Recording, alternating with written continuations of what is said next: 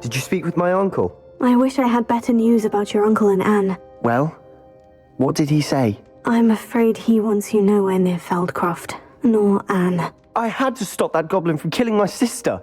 He had no right to banish me from my own twin. If he thinks banishing me means I'm going to give up on Anne, he's sorely mistaken. He also said he cannot excuse the use of dark magic in any form, and that if he hears of either of us using it, he'll go straight to Professor Black. Huh. That relic, dark magic or not, is the key to saving Anne. To reverse that curse. I will not lose Anne for good. I should send the crest to Anne. She'll know that we need to meet. I'm afraid I don't follow. Nothing, just a thought. Now I'm more determined than ever to learn what power that relic has. What did you mean you'd send Anne a crest so that she'd know to meet you? We just lost our parents, and we were packing up to go and live with Solomon. We couldn't take everything. She was carefully organizing her prized possessions, a box of artifacts she'd collected to do with our family. Jewelry, cards, old photographs. She got to her favorite, a handmade crest, and without a second thought she handed it to me. "This will keep you safe," she said. "It holds no enchantment, but I've kept it with me since. That's how I can reach Anne. I'll get the crest to her with plans to meet." Be careful, Sebastian. Your uncle could intercept it. We'll be expelled. Even if Ominous is upset with us, he has no love lost for his family. He'd use their connections to the headmaster if we needed his help. I shall wait to hear from you then. Thank you. I very much appreciate you standing by me through all of this. I'll send you an hour when I have news.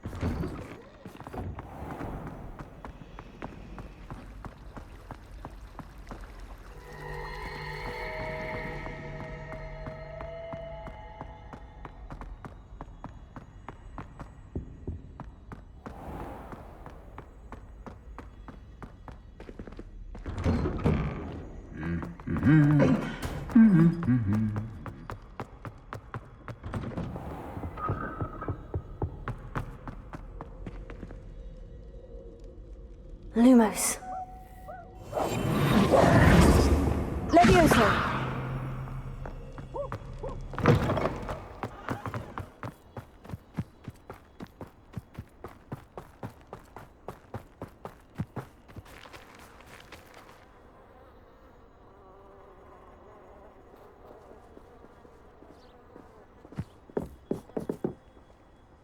Hello, are you here for Summoner's Court? That I am. Don't expect to be as lucky here as you were in Crossed Wands. Speaking of which, care to play a match? Of course, Charlotte. Then may the best summoner win.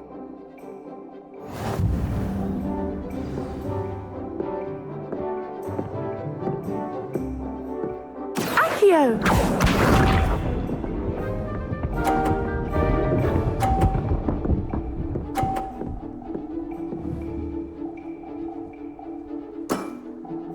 Precisely as planned. Accio!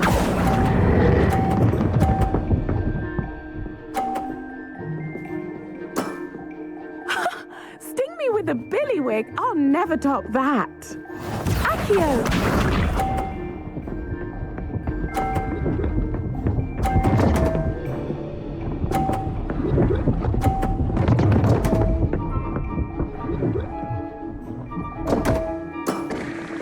Concentrate, Charlotte.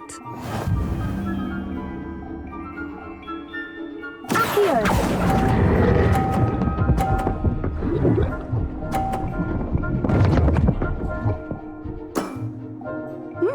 Nice technique. Accio!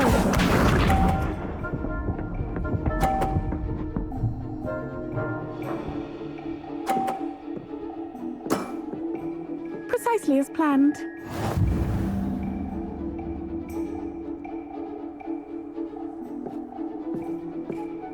Accio!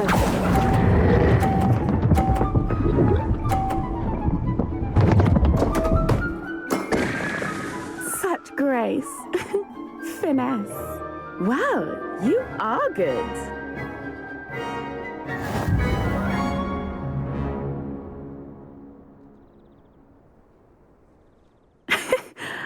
I'm not too proud to admit when I've lost.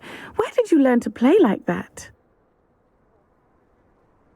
I play by intuition, natural skill and all that. That's been my strategy. I suppose it only gets you so far, though. Well, you've only one opponent left now. I won't say more than that, but let's just say he's the best for a reason.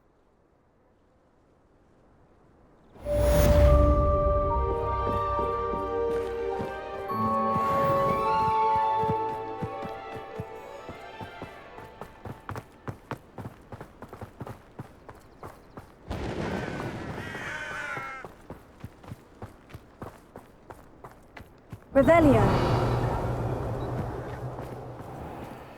Alohomora.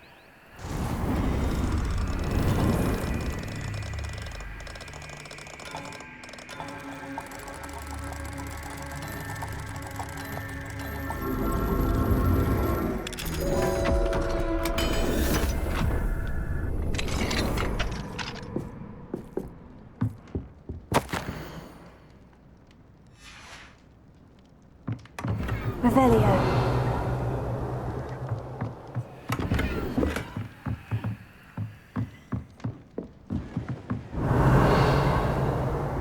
What do we have here? A demiguise.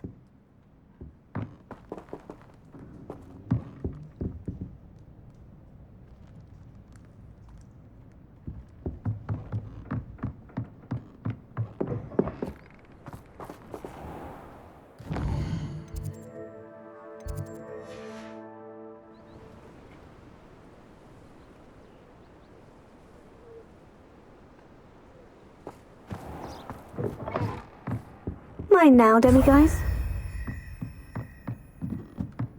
Revelio.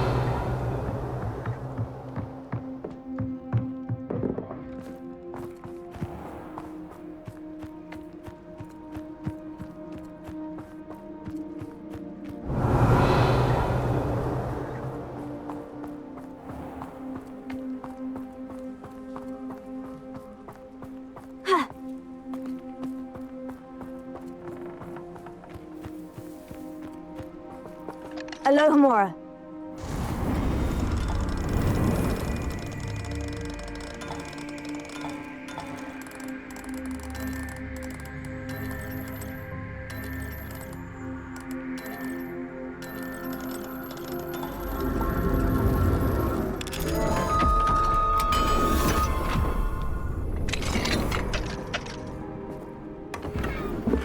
Revelio.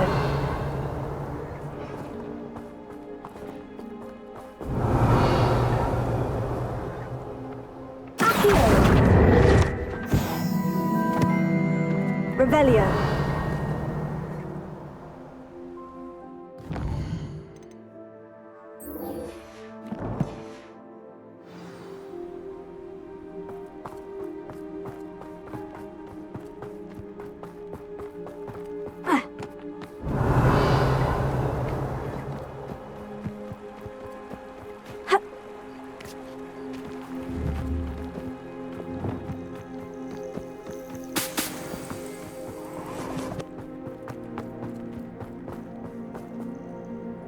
Oh, good, you're safe.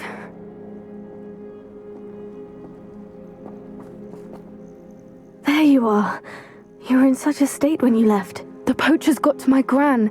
Someone recognized me in Horntail Hall and they got to her. What do you mean? Is she all right? She's fine, thank goodness. But they were at her house, our house. They assumed I'd sent the egg there. She said they took the whole place apart looking for it, screaming that we'd cost them everything.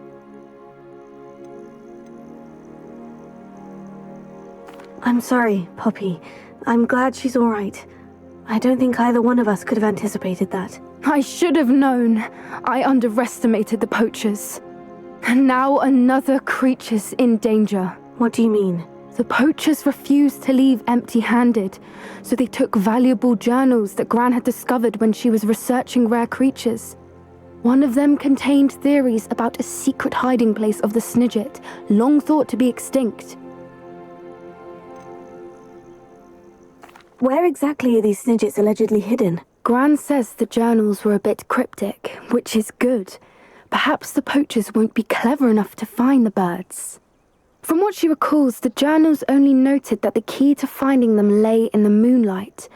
Gran thinks it can be narrowed down to a handful of locations. Why would Snidgets be valuable to poachers? They could make more money with Snidgets than they ever would have fighting dragons. The golden Snidget's feathers and eyes are incredibly valuable. That's why they're believed to be extinct. They were hunted out of existence by wizard kind. If the poachers found some now, I can't bear to think about the horrific way they'd be bred and killed for profit. Exactly what kind of creature is a Snidget? It's a small bird with golden feathers. It's incredible. It has rotational wings that allow it to dart quickly in any direction. In fact, the golden snitch in Quidditch is based on the Snidget, which barbarically was actually used in the sport hundreds of years ago. I take it you aren't going to let the poachers anywhere near the Snidgets. Gran wants me to stay out of it, but I know she's We had the element of surprise on our side when we saved that dragon, but the poachers will be watching for us now. We need allies, others who hate the poachers enough to help us, who value creatures as much Merlin's beard! You're a genius! The centaurs! They'd want the Snidgets protected at all costs. Centaurs aren't known for being the friendliest lot, especially not with wizard kind. And not right now. We'll need to be careful in how we approach them. Tensions with them are high. Still, I think they may be our only hope. Let me think on it. I'll let you know as soon as I have a plan.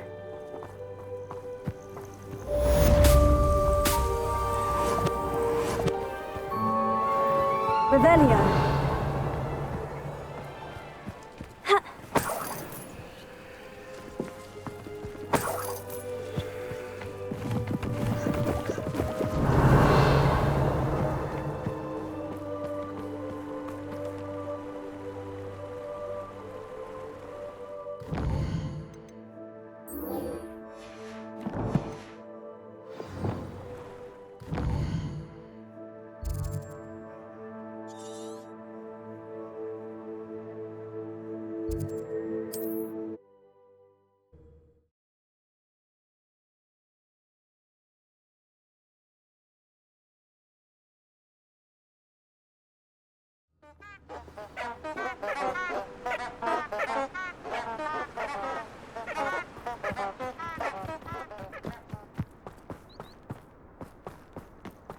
Revelio.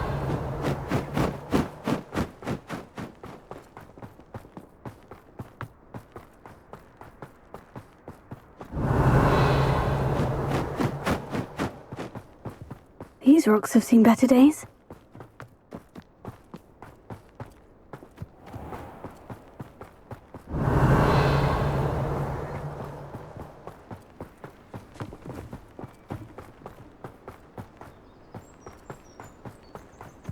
They really shouldn't allow food and drink. Revelio.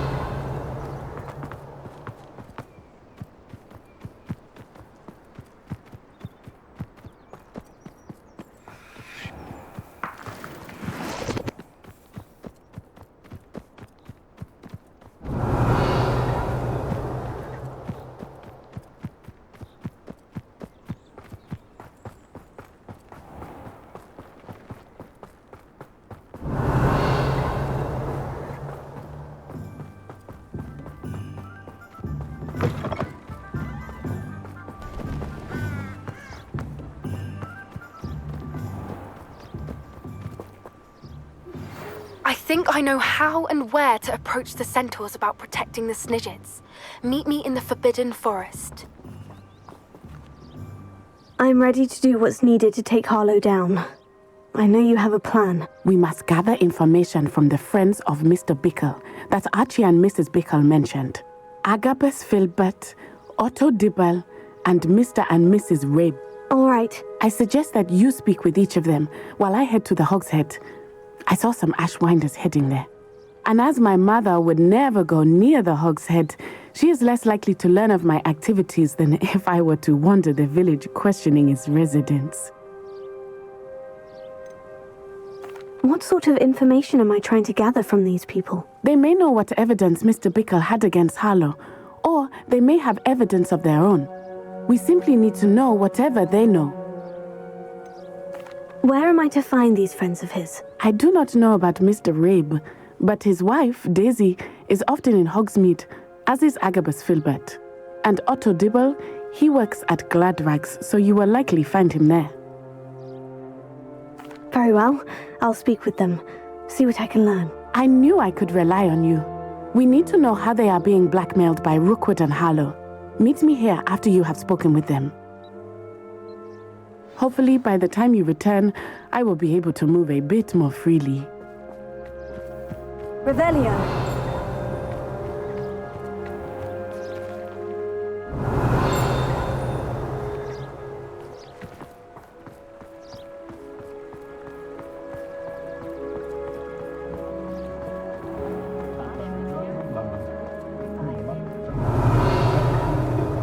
I'd love a job at Gringotts. Alohomora.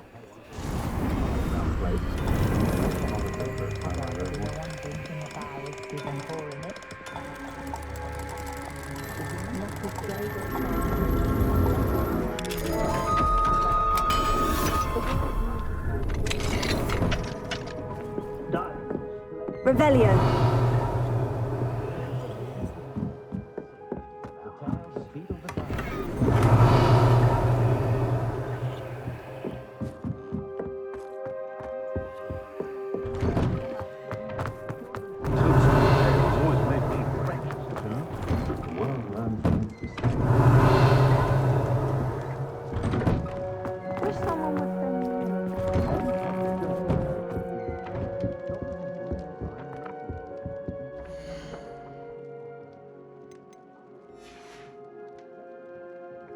Revelio.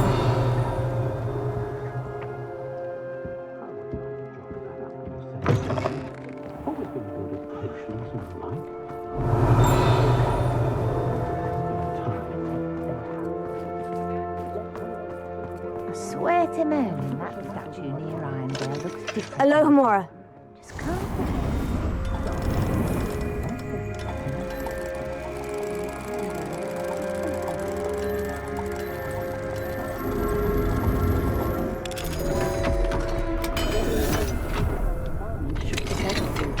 Revelio.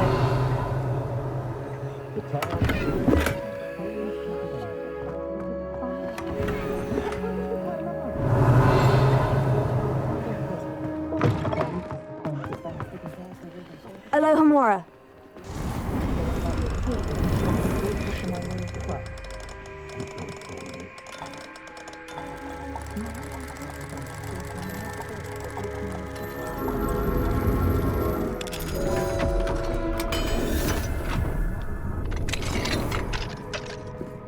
Revelio.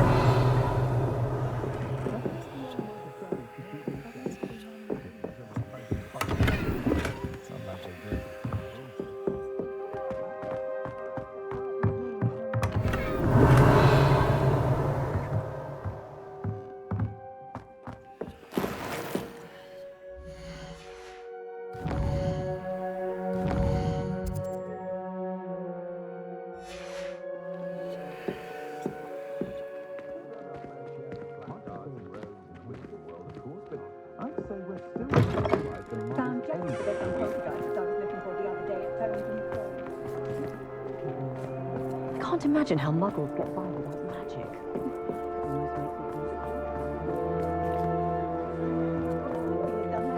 Isn't there something different about that statue?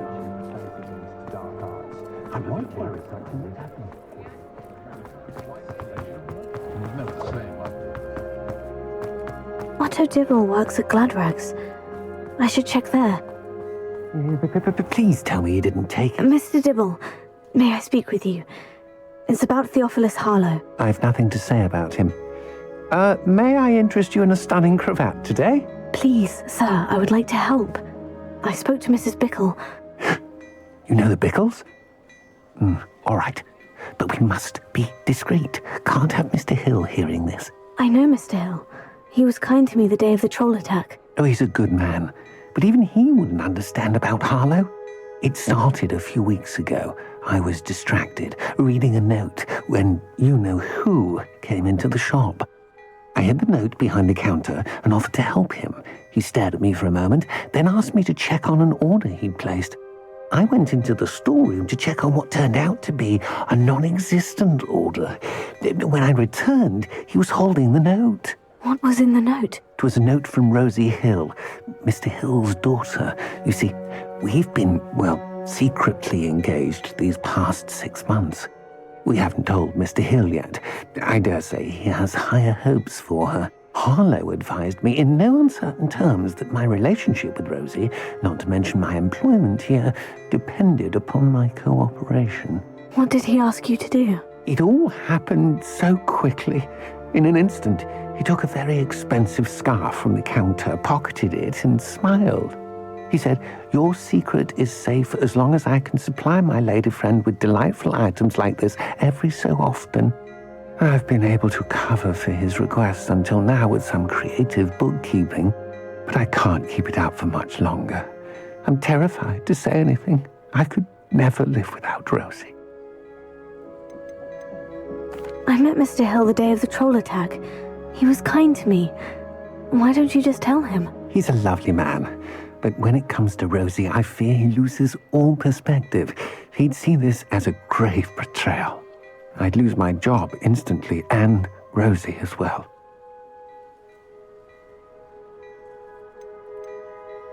What have you been doing to keep the extortion a secret? Well, as I mentioned, creative bookkeeping, and I've also been trying to cover the costs with my own savings, but I'm running out of money.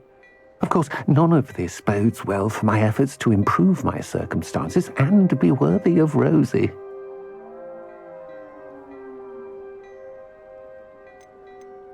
Could you give me a bit more detail about the note that might help me to identify it should I come across it? It's on Rosie's special pink stationery.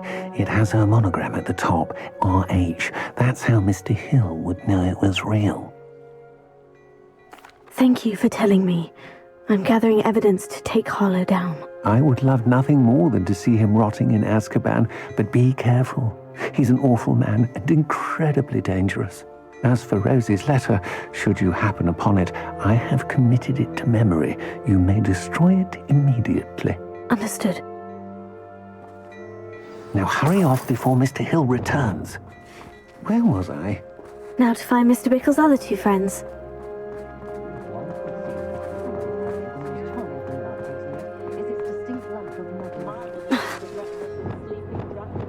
Revelio.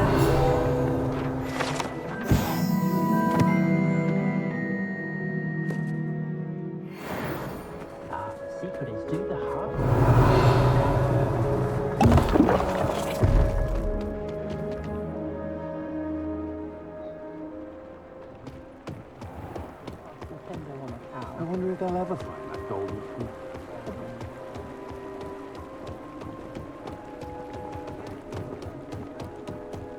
Revelio.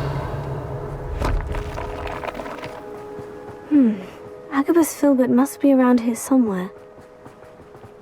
Hello there. Excuse me, Mr. Filbert. I wondered if I might speak with you about your dealings with Theophilus Harlow.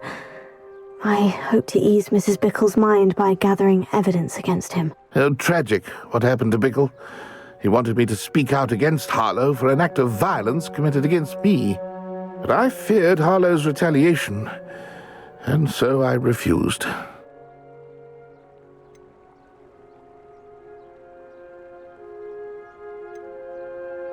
If you had spoken out against him as Mr. Bickle asked, perhaps Harlow would be locked away by now. Perhaps. But perhaps I would have suffered a similar fate. You said that Harlow committed an act of violence against you. Could you tell me what happened? Before my extraordinary wife, Dulcibella, passed away, she had just completed a small book of poetry. As a surprise for her birthday, one she never had the chance to celebrate, I had the book beautifully bound and plated in gold. One day, Harlow came calling to punish me for having spoken out against the Neanderthals that comprise Rookwood's lot. Before I knew it, I'd been petrified, and Harlow was rifling through my home. He found the book of poetry, with its exquisite gold plating. I watched helplessly, lying there in my entranceway as he walked away with the book, laughing as he went. I was shaken to my core. Still am, to be honest. I imagine you fear Harlow retaliating again. But do you mind if I share this information with Officer Singer? I suppose I have no choice. This extortion can't go on forever. You can pass it on to anyone who may be willing to help. Harlow does not like people talking, as you already know. We're on the right track. Now to find the last of Mr. Bickle's friends.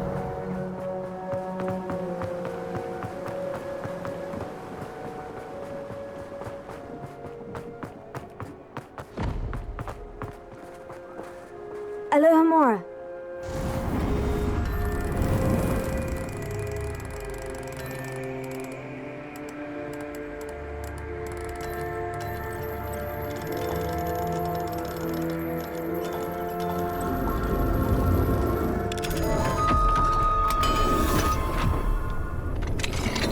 Revelio.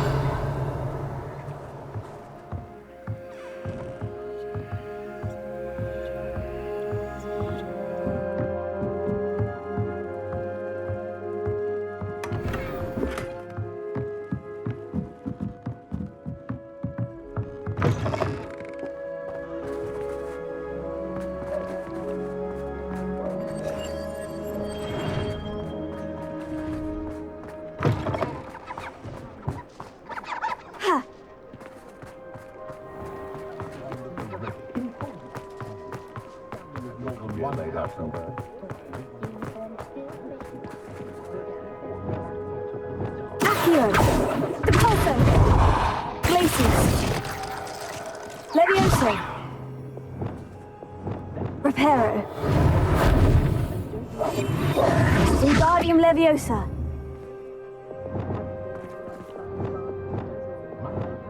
Incendio, Bombada, Defendo, Fringo.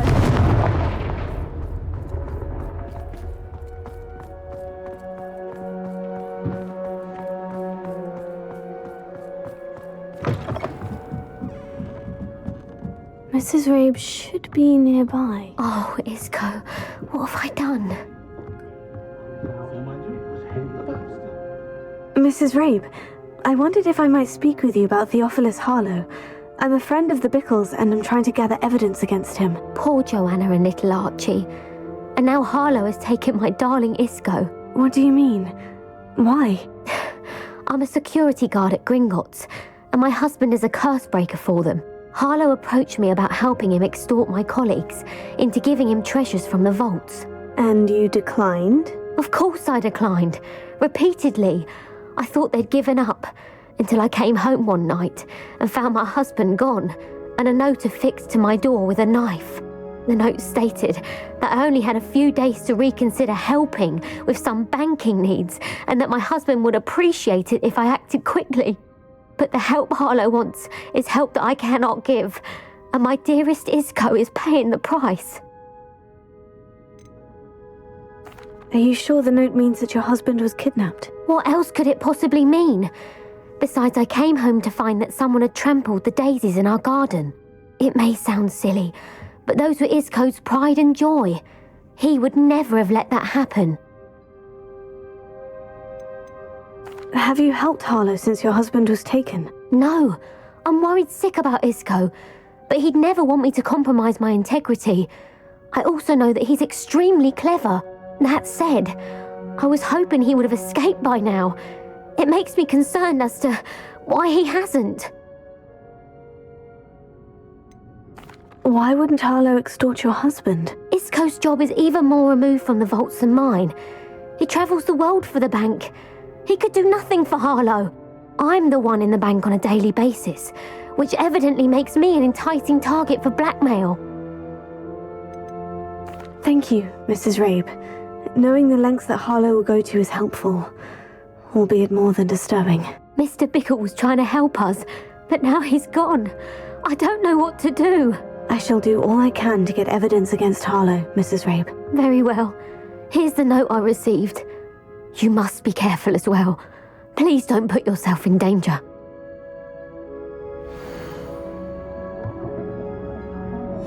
Some evidence worth hanging on to. Thank you. I hope it's not too late. I've spoken with Mr. Bickle's friends. Now to find Natty. No need to worry about anyone ever activating the credit.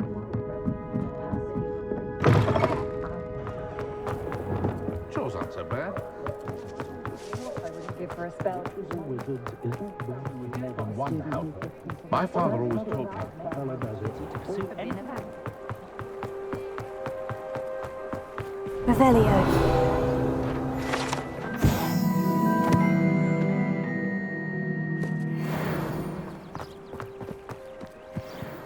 It's not like Natty to be late. She said she was going to the Hog's Head. Perhaps I'll find her there.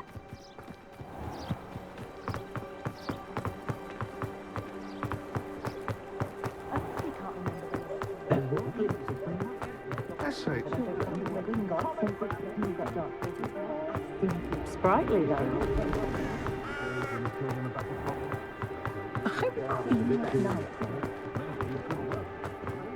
Natty must be around here somewhere. Natty's wand. She can cast without it. She wanted me to find this. She's in trouble. Revelio will show me where she was taken. Revelio!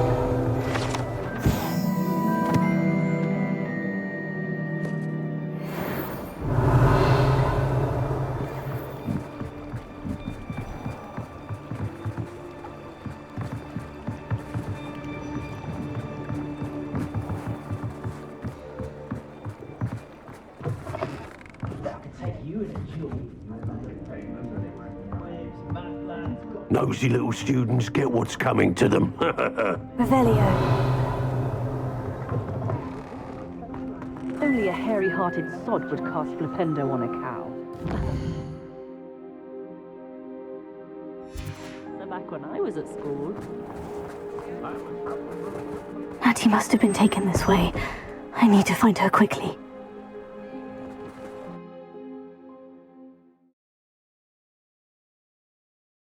Footprints led to this room. There must be another way forward.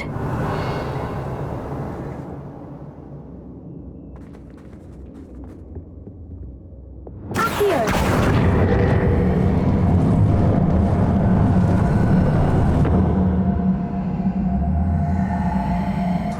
Revelio! Accio!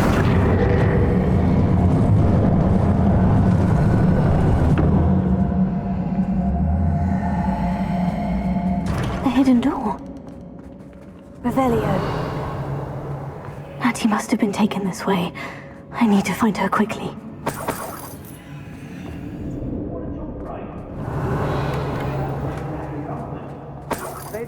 to care for me in Hogsmeade. Can't say I do. I'd better be sure I'm not seen.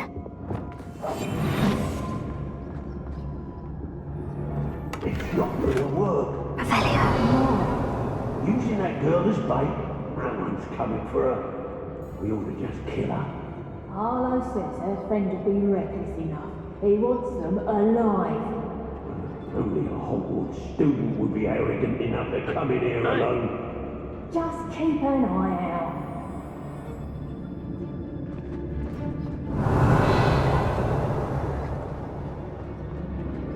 I'm the only one left in patrol. Charming. It's exhausting. Standing here all day waiting Revelio. for it. You can find his own back.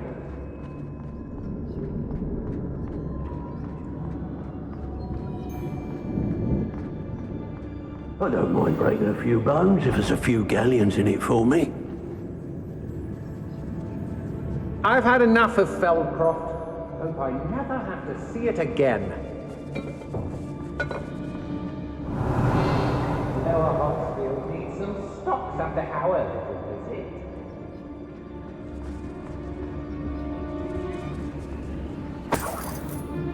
When we're done here, I'm going straight to the Hog's Head. Or perhaps I'll just go now.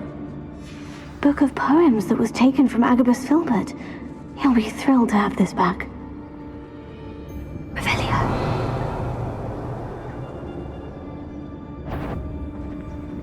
I've robbed every traveling vendor that's passed through here. They never... Oh, you're wasting your time with her, my friend. I've seen her show more affection to a hawker.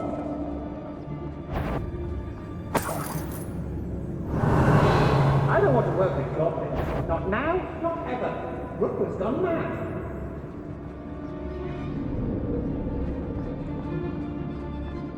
I hope Rookwood... I shan't be having none of your nonsense. Leave me like that again and you'll soon find yourself with naught but poachers at your back.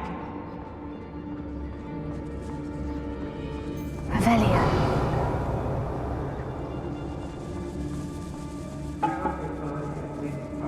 Girl's been nothing but trouble. About time we locked her up.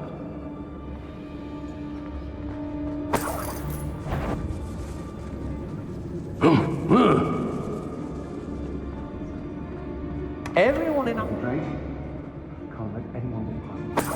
I reckon Rockborough more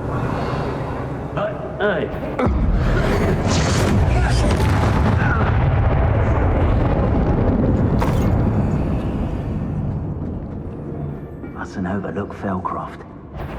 Is that perhaps some nice black will grow from your ashes? Incendio! Oh, what?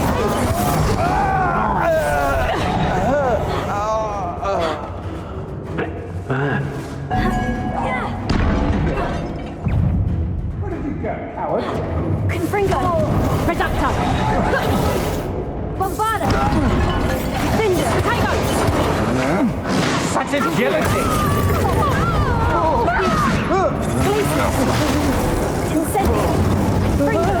Expulso! Bombarda!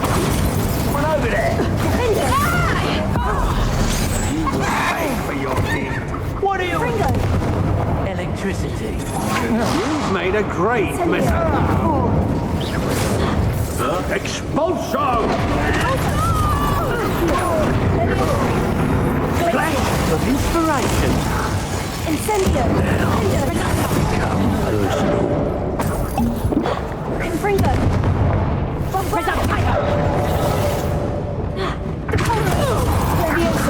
Expulso! Bombarda! Incendio! Quite conductive, aren't we?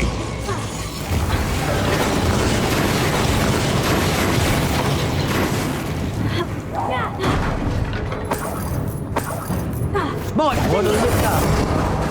Expulso! Bombarda! Expulso! Death from above! Fringo! Expulso! Expulso! Incendio! Fringo!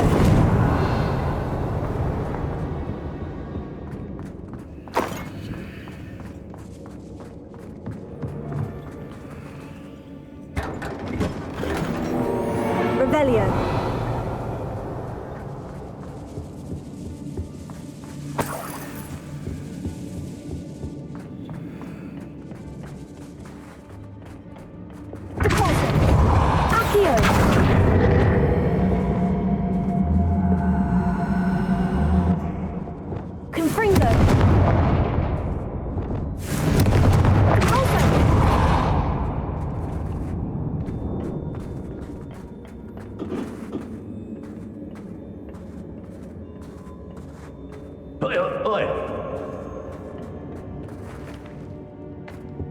Revelio.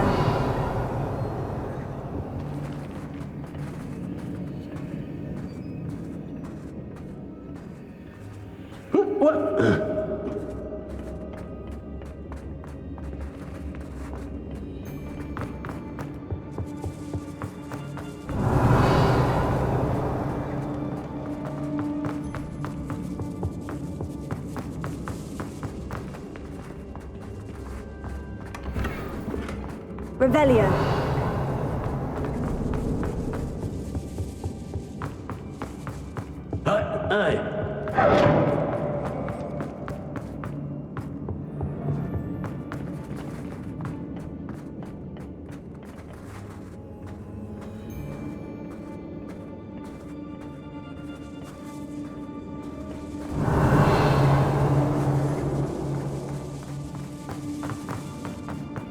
We should speak to her again. Hopefully we can find that pregnant ones. Tell her to say nothing. Boss will deal with her when he emotion. Reparo. Flash of inspiration. Confringo. Incendio. Levioso. Lacey. Who did this?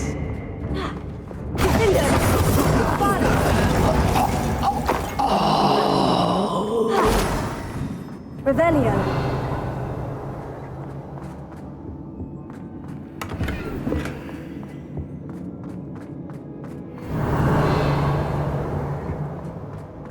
Natty must be here somewhere.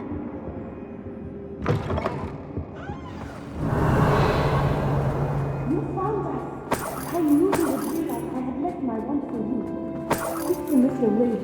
He was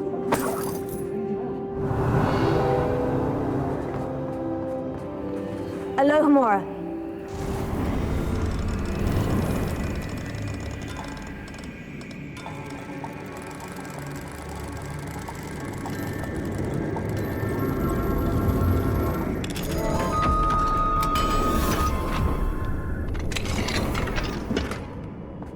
Revelio.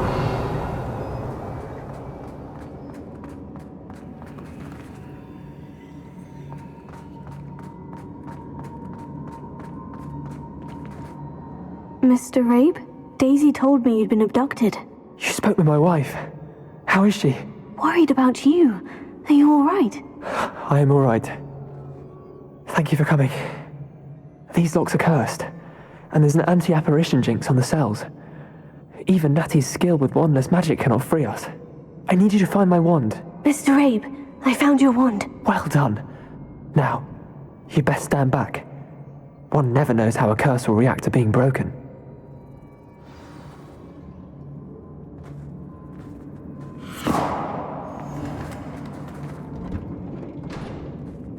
Revelio.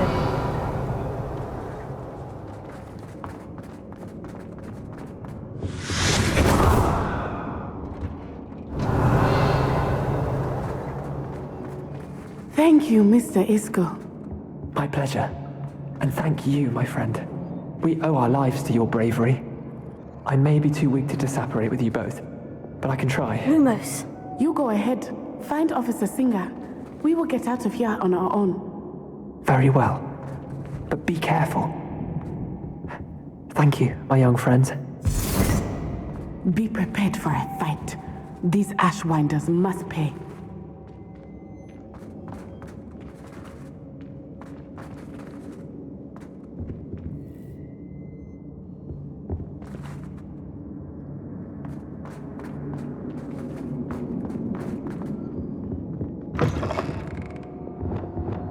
Incendio.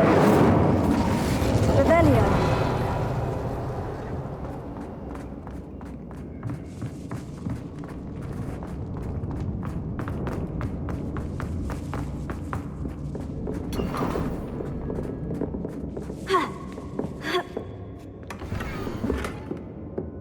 Otto Dibble's love letter from Rosie. He wanted me to destroy this if I found it.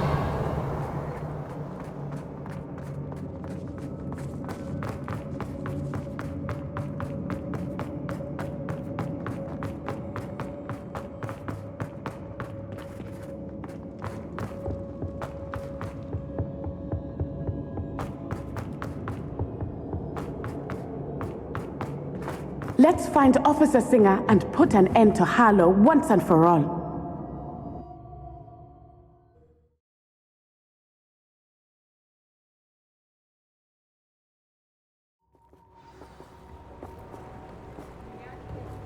Natsai Onai. I should have known. And you, the troll dispatcher. Oh, thank goodness the two of you are safe. Isco Rabe told me a couple of students had rescued him. Should have known it was you two. Is Mr. Rabe all right? He is. I sent him home to his wife. Miss Onai, your mother will not be pleased to learn that you're still risking your safety pursuing these dangerous men. Actually, Officer Singer, Natty and I learned of several Hogsmeade residents who've had their lives threatened by the Ashwinders. In addition to abducting Mr. Rabe to blackmail his wife and Natty, Rookwood and Harlow have also extorted Agabus Filbert and Otto Dibble. I will look into all of that. As for the two of you, I appreciate what you're trying to do, but you are taking great risk. Next time, please let the authorities handle the Ashwinders.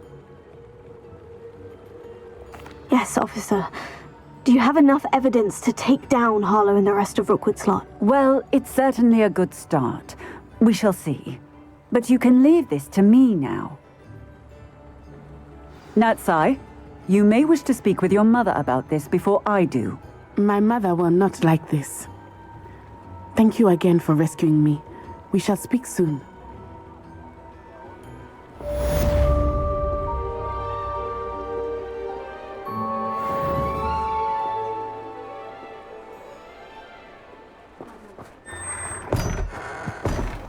Mine now, demiguise.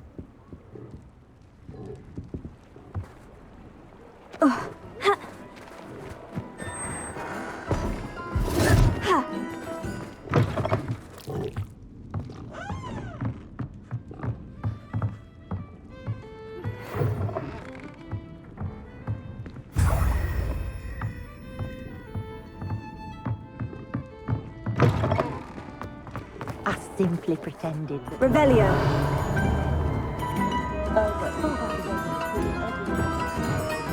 Nips in the hat, if you please.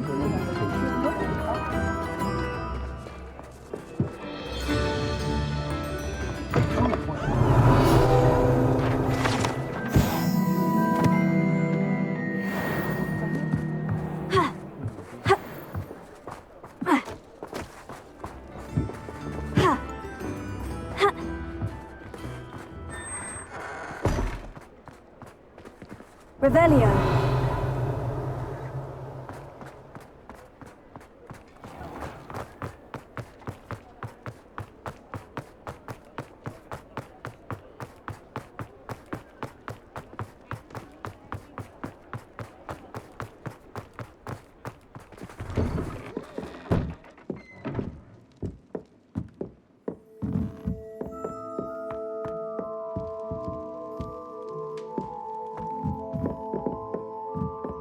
Revelio.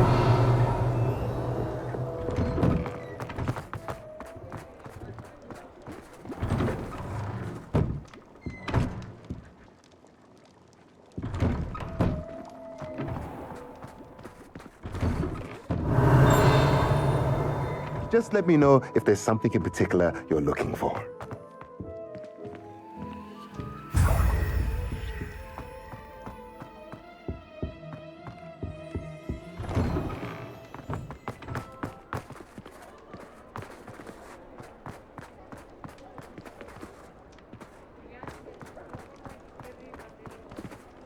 Aloha Mora.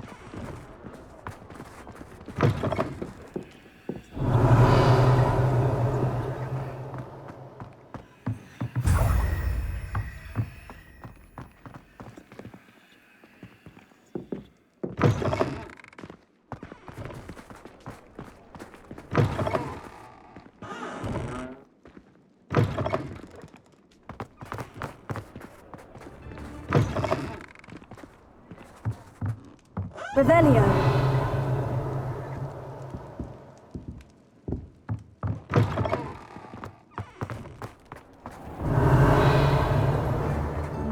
If you work all day with your hands, you're no better than...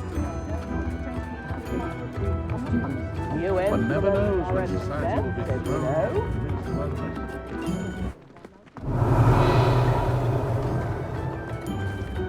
Alohomora. Don't be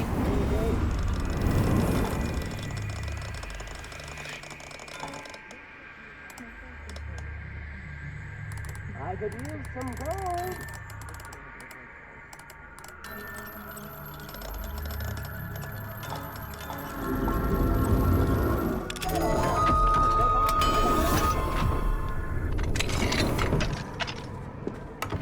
Revelio.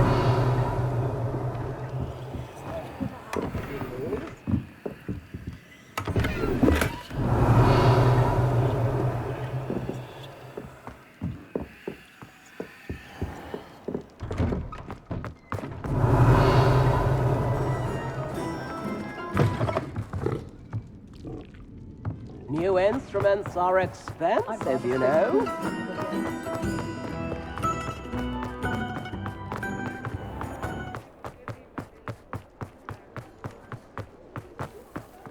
Revelio.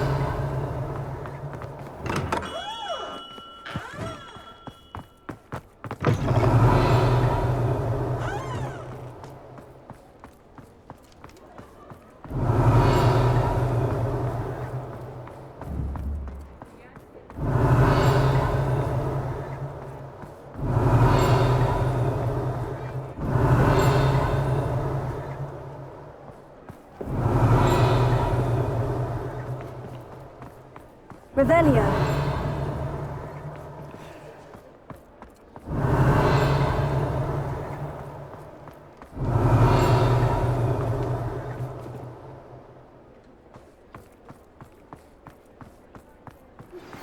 You are the talk of the school since you saved Mr. Rabe and I from the Ashwinders. We have come so far. We should discuss the next steps in our plan to stop Harlow.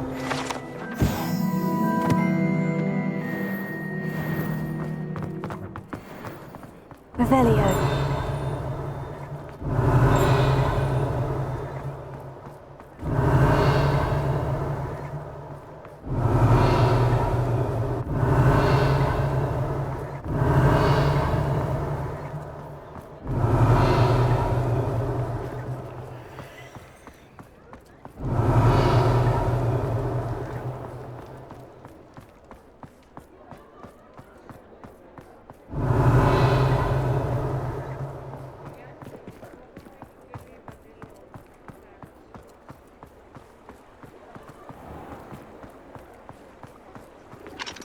Alohomora.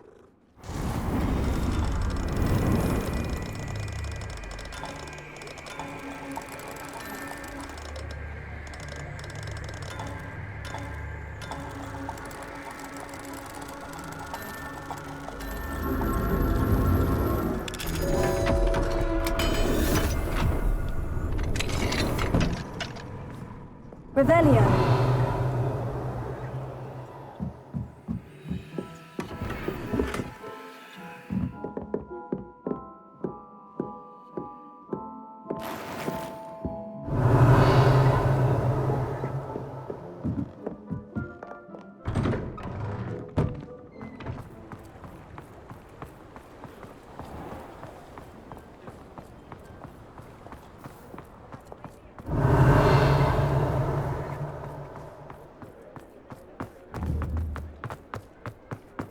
Revelio.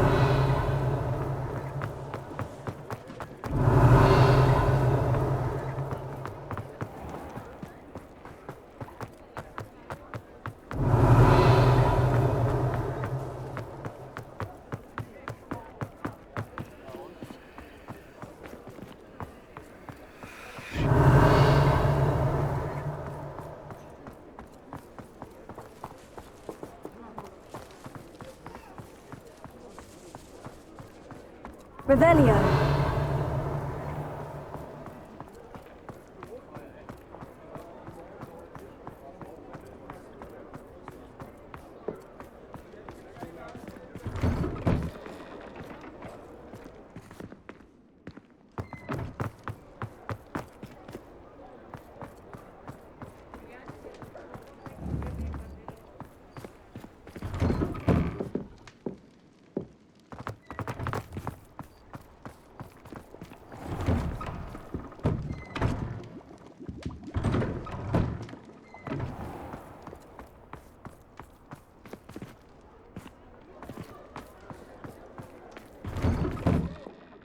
Revelio.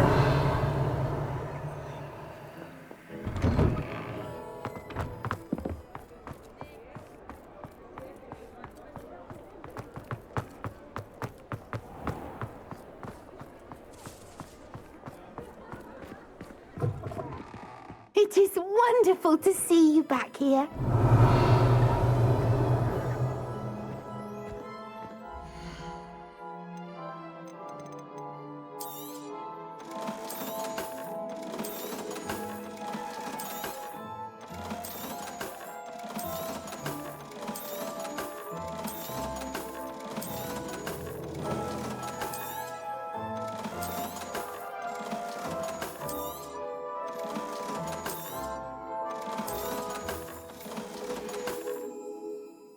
Wishes you safe and wondrous travels.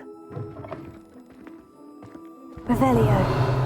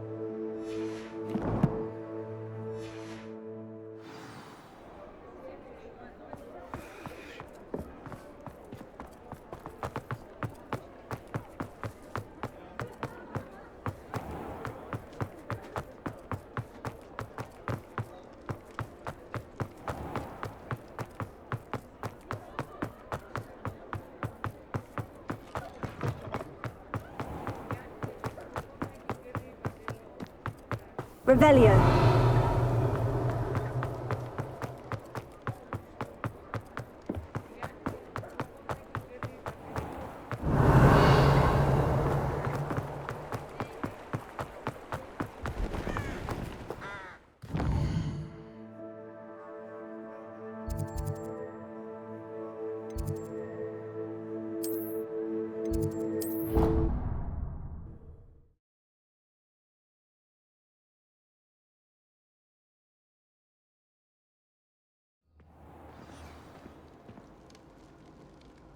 Revelio.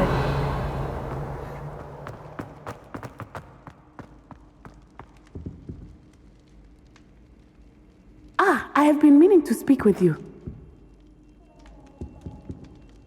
I still can't believe we escaped the Ashwinders. You may not realize it, but you are the talk of the school since you saved me that day. I wonder how everyone knows about it. I told my mother in the hope that she would be more forgiving of what I have been up to if it came from me.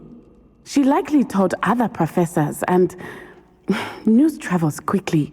Unfortunately, she might, in fact, have been even less forgiving than I'd hoped. If she knew more about what you've done, I suspect she'd be proud. If she knew any more about what I've done, she would never let me out of her sight again. I'm sorry. Has Officer Singer done anything with the evidence we provided? She has not. Harlow is as strong as ever. Someone needs to stop him, whether it is us or Officer Singer. If someone had stopped the monsters like him in Matabeleland, my father would be alive today. What exactly happened to your father? It was a beautiful day. My mother had gone to tend to a neighbor who was ill, and so my father and I were galloping in the savannah. Galloping? Your father was also an animagus, I take it? He could become the most majestic giraffe, and he would carry me on his back, my arms around his neck. We were on our way home when we surprised a group of bandits who had come from our village. One of them saw me just as he removed a scarf from his face. He shouted and then aimed his rifle. He didn't want you to identify him. Exactly. In an instant, my father bowed his neck to protect me and was hit. As he fell, my father changed back into his human form. When the bandits saw this, they turned and ran in fear.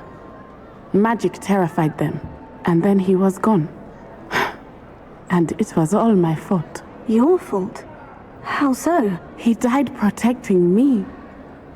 If I had been capable of protecting myself, he would still be alive today. My mother and I tried to go on without him, but It became too much for us there. A few years later, we left to come to Scotland. Do you think your father would approve of the things we've been doing? Oh my, that is a good question. In theory, yes. Although he would worry as my mother does. But I think he, of all people, would understand my persistence. My father never shied away from a fight for good, no matter how ruthless the foe.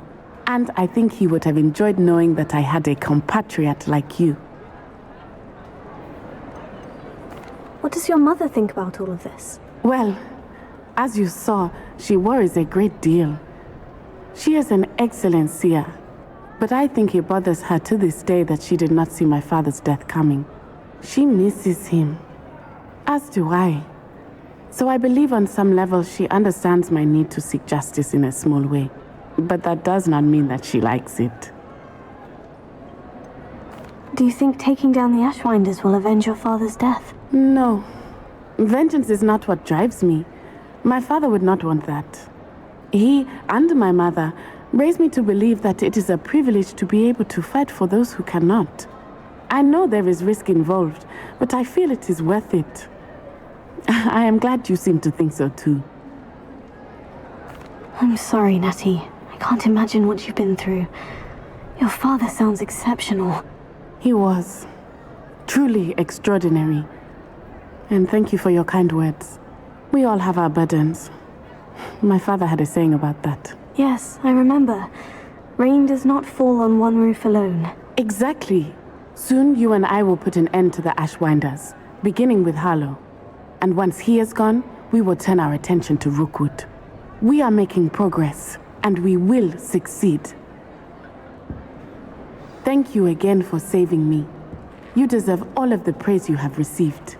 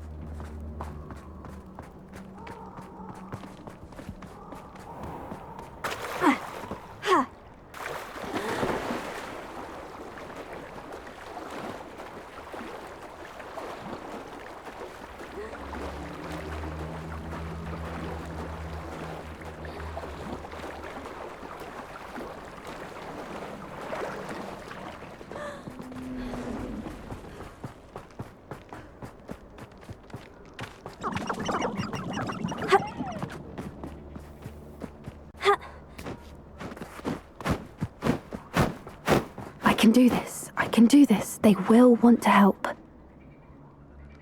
Is this where we're meeting the centaurs? Well, they don't exactly know we're coming, so it's less of a meeting and more of a surprise, I suppose.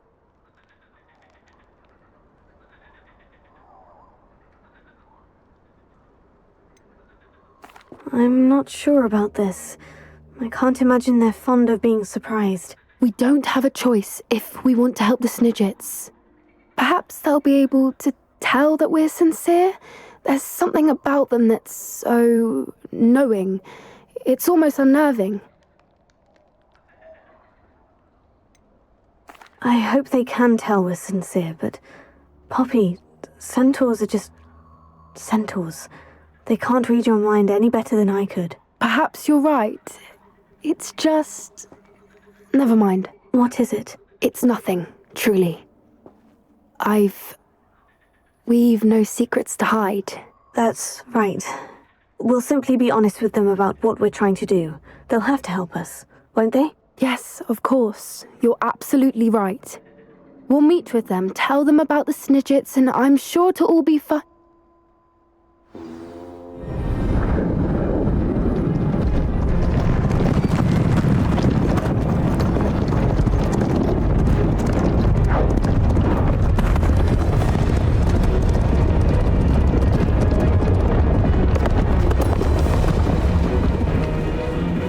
What do you think you're doing here, humans? Please!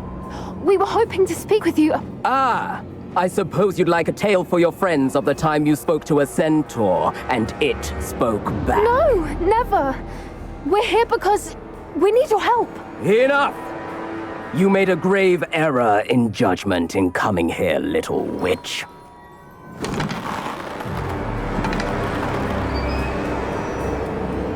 Leave them be, Alec. We do not harm the young. It is not our way. You forget your place, old fool. I'm the leader of this herd, and while you cling to our way, their kind continue to slaughter beasts like us without a care! From what I can see, they have slaughtered no one. They will leave here unharmed. Mark my words, Doran. If I ever see them again, it will be all 3 of your heads.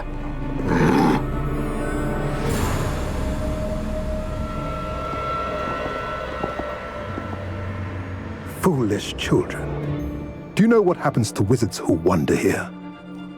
Now, follow me before Golden Snidgets are still alive, and the poachers are after them. They know that the key to finding them lies in the moonlight, but they don't know what that means, yet. Please, help us find the Snidgets before the poachers do. Could it be?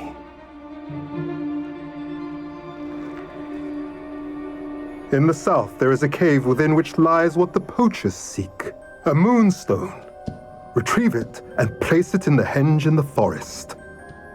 I, on the other hand, must go speak with the herd. Find me after you have done this.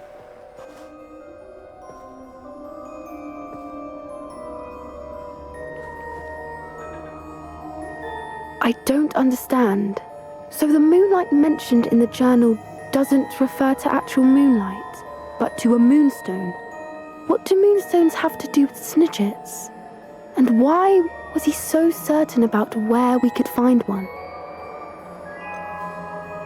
Isn't moonstone all around us? Why retrieve one from a cave? Knowing centaurs, I suspect he's referring to a specific moonstone. We'll likely know it when we see it.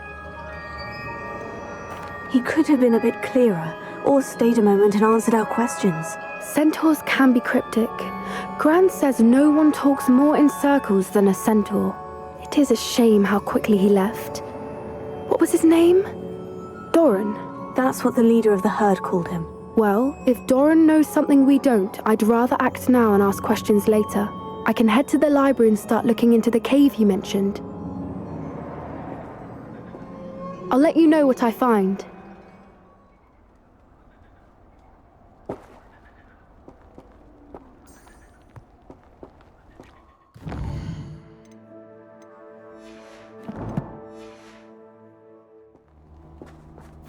Revelio.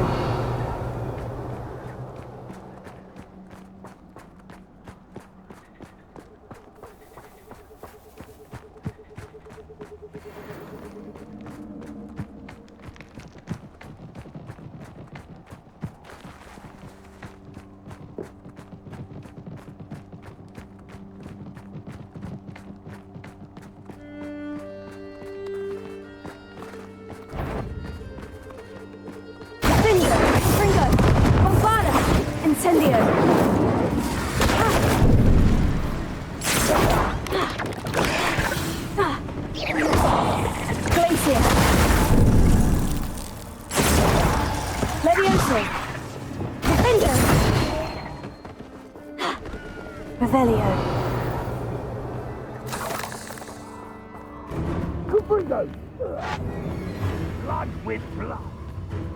Reducto! Incendia! Fringo!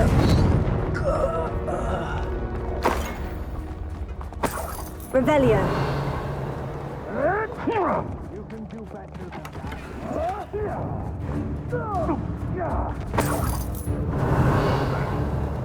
Confringo!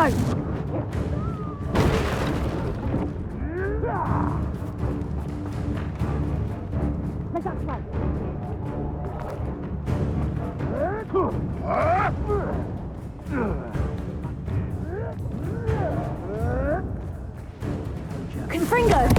Bombarda! Defender! Back for more. Incendio! What? As we spill yours. Confringo! Revelio.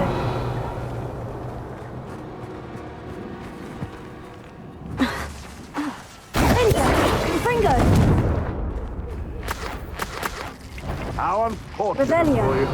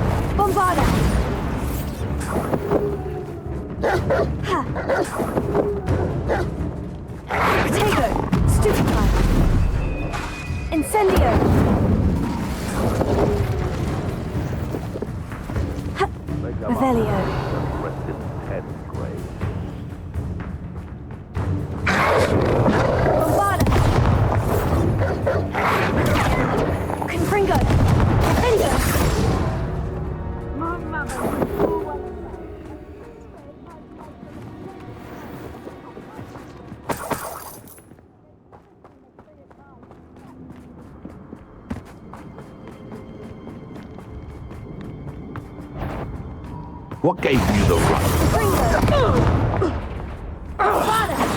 Incendio!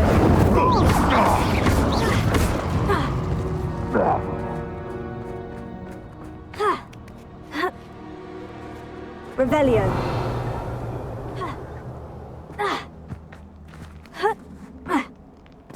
Pull out for me all you want. I shall be off. Defender! Bombarda! Incendio!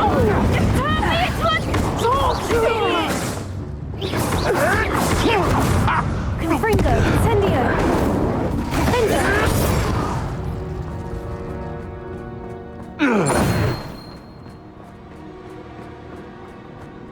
Revelio.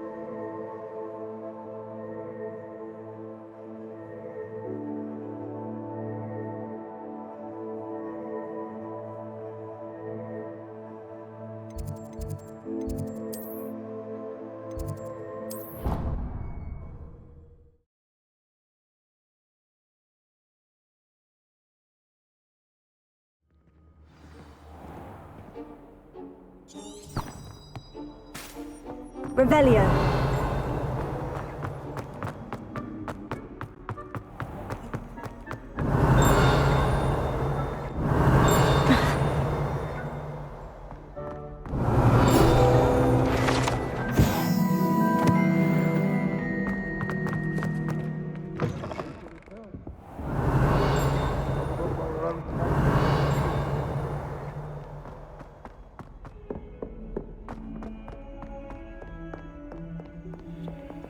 Aloha Mora. Never forget what that Okoko girl said in 1421. What? Lovely sound. Oh, that's whack, buddy.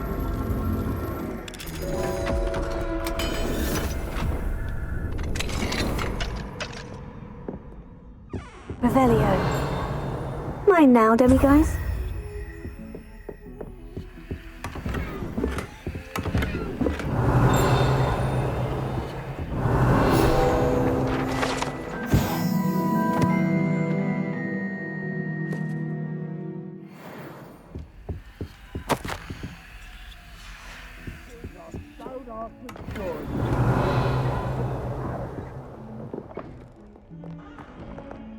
If someone gets Revelio. this room, we do hope it's you.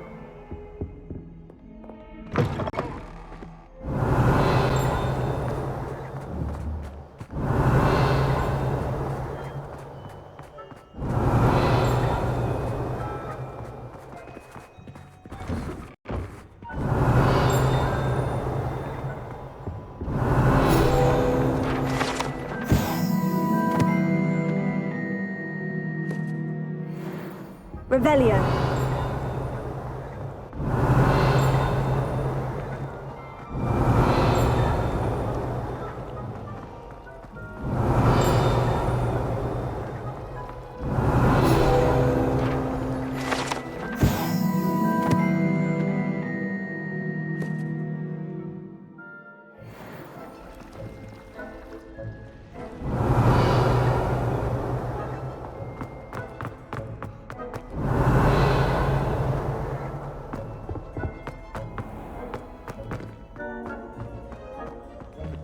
Revelio.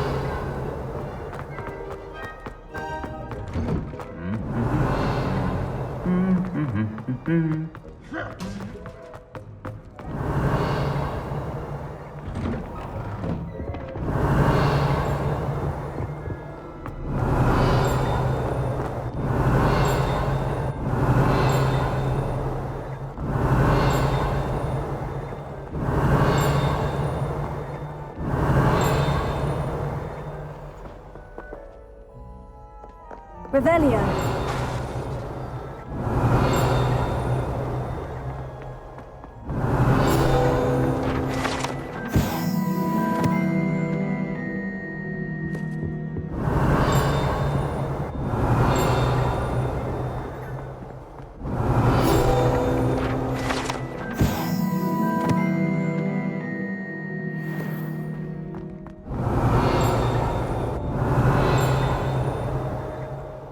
Revelio.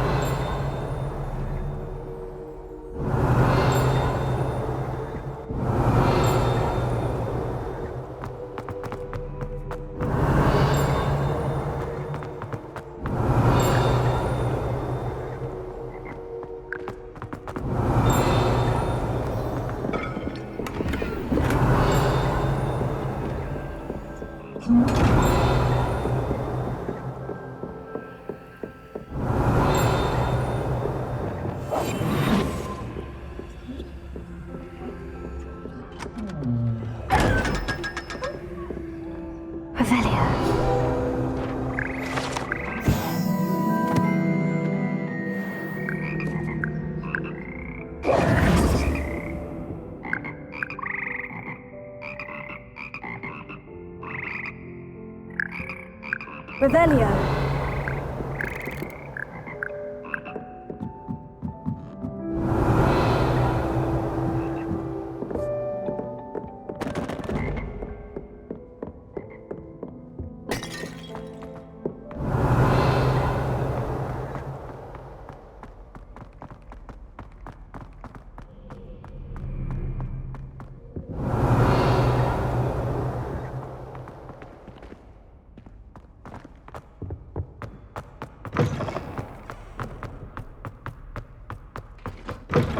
Revelio.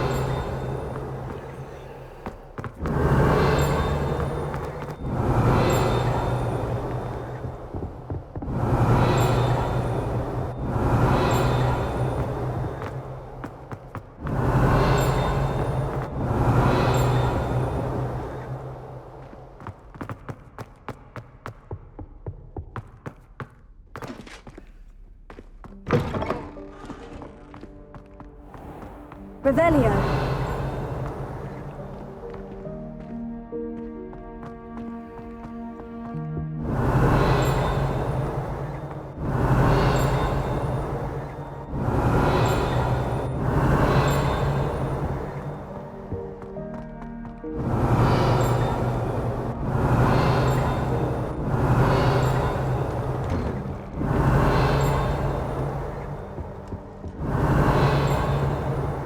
Revelio.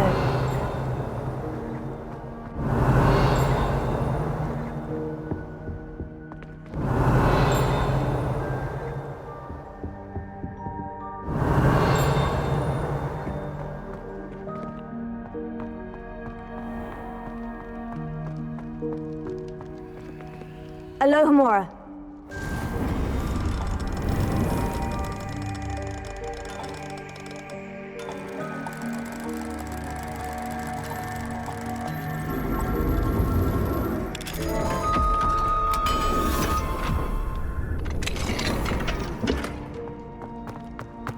Revelio.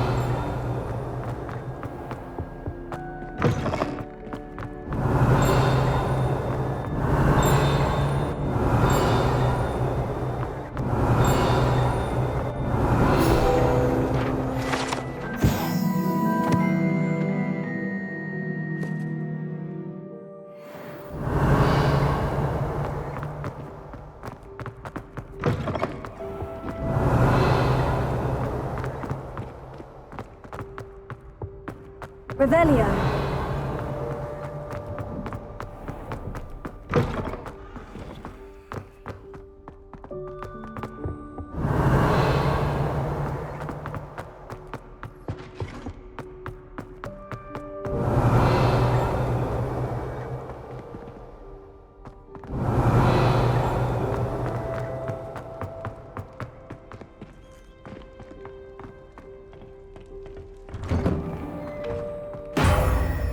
Revelio.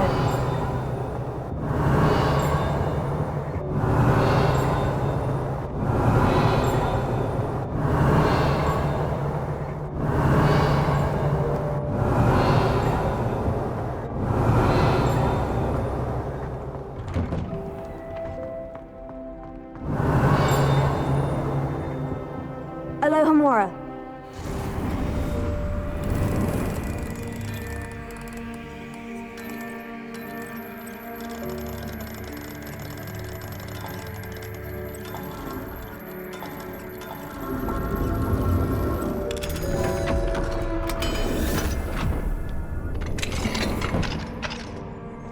Revelio.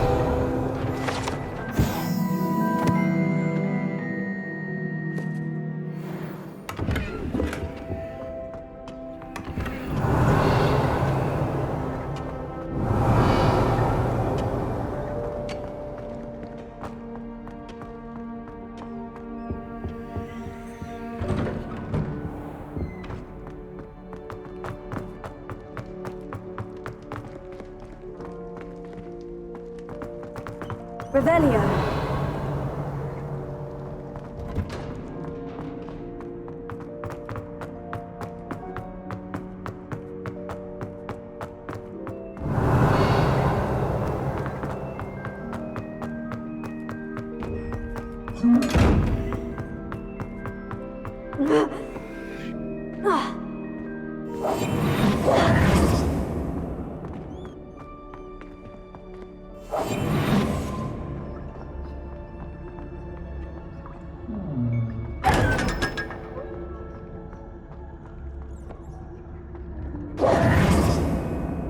Revelio.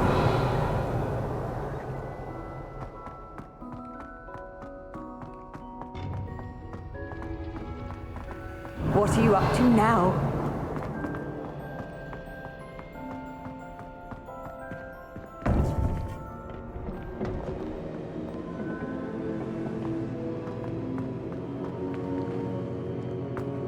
Welcome back.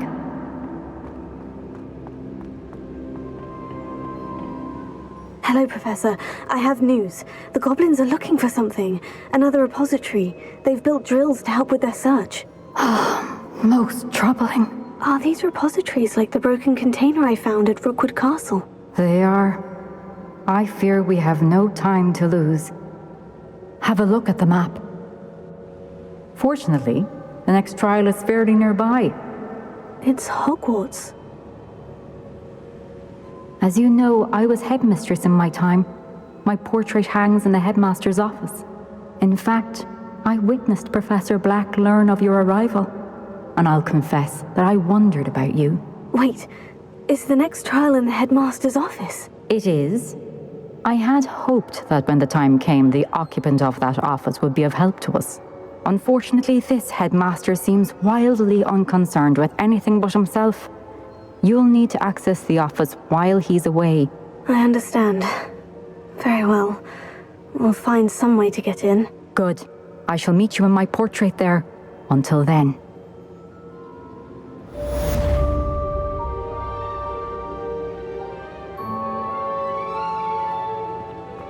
Revelio.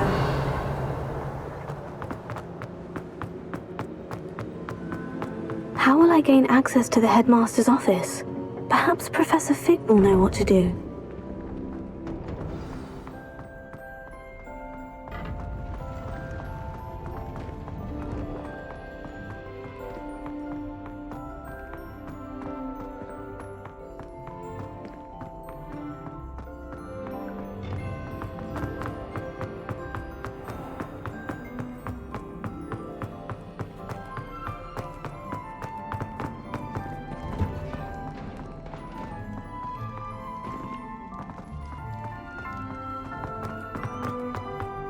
Revelio.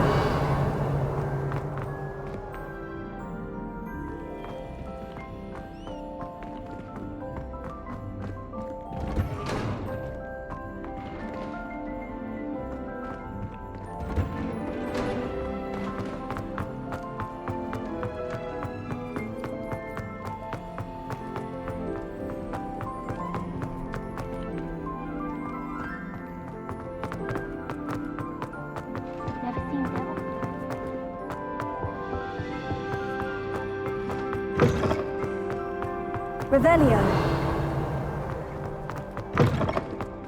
When I fell off my broom, they said they'd never seen Scarecrow work. I wish I could do to stand up to the headmaster. It's best to keep my head down till I finish off.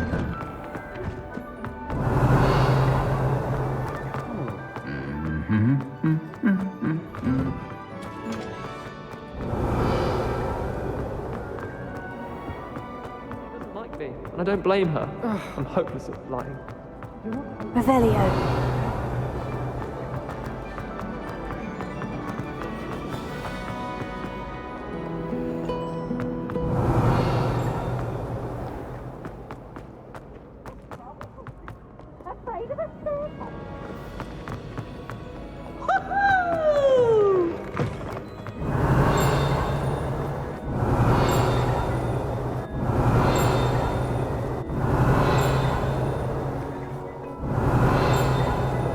Revelio.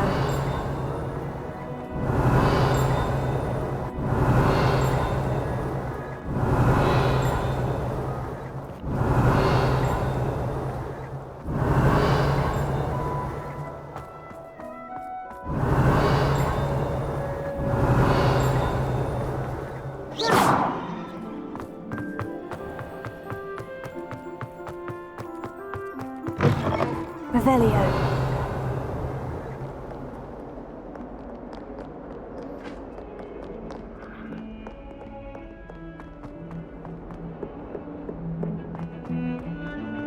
The sheer nerve taking them down. Pardon me, is everything all right? No, it's not. We only had 2 bells to go, but she just had to go and spoil things. I'm afraid I don't follow. Who spoiled things? Also, what bells? Professor Black ordered Mr. Moon to take down the bells in the bell tower.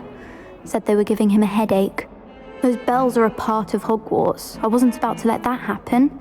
So, I asked my friend Adelaide to help me put them back. We've always been a duo of sorts, Adelaide and Evangeline. Addie and Evie. Anyway, it was going swimmingly until Black started asking questions. Then she wasn't comfortable with our rule breaking. Now I'm stuck, unable to tell which bell goes where. If only 2 bells are left, isn't it fairly easy to tell which goes where? Easy for you, perhaps. I happen to be tone deaf.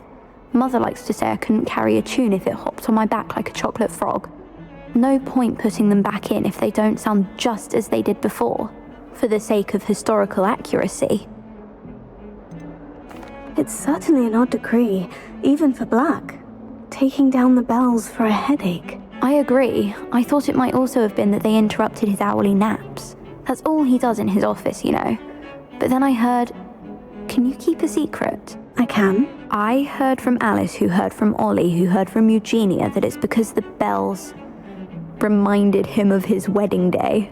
Breaks out in a sweat every hour on the hour, but mum's the word. Is it really that important that the bells go back up? Is it really that important? They're part of the school's history. Those bells likely told a young Merlin that he was running late to charms, or called Ignatia Wildsmith to dinner. We can't simply fiddle with history. We're meant to be its stewards. Perhaps I could help put the bells back up. Really? Oh, that would be wonderful. The bells are in the bell tower just above the music room. You're certainly of more help than Adelaide. Revelio. I imagine the bells are just inside the bell tower.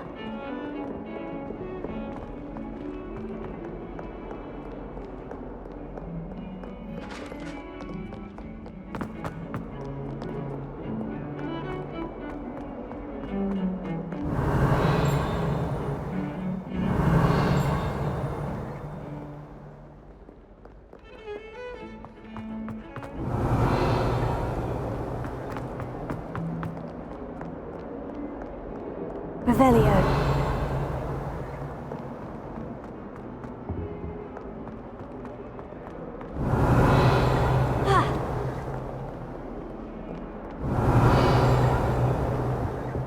Hogwarts survives the night.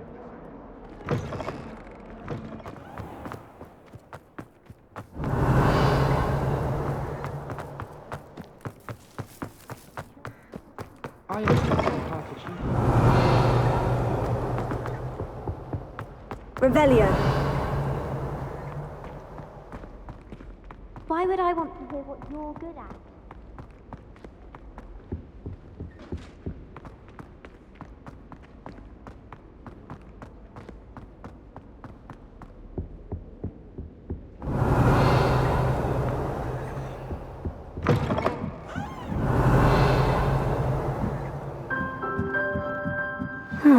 The bells must be upstairs. Alohomora.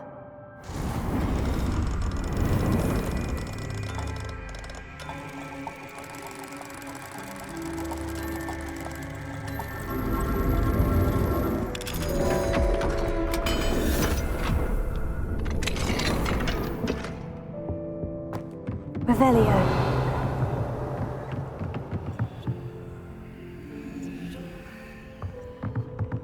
Wingardium Leviosa.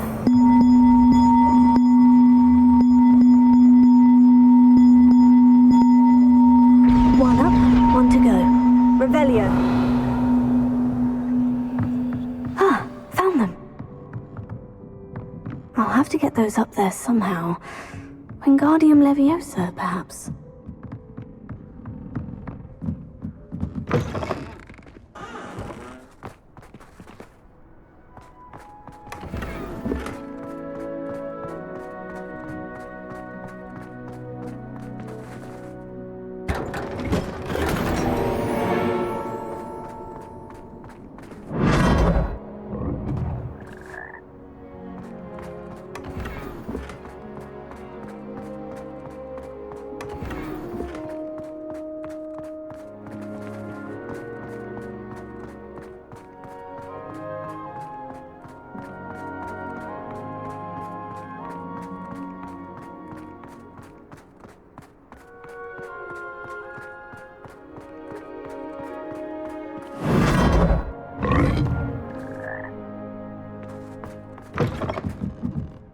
Revelio.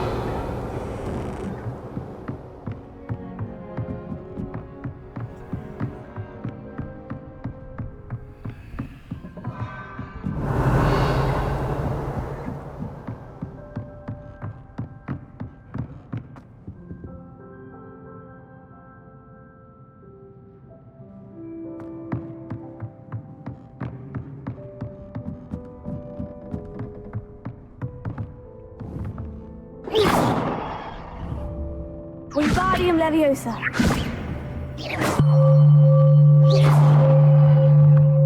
Revelio.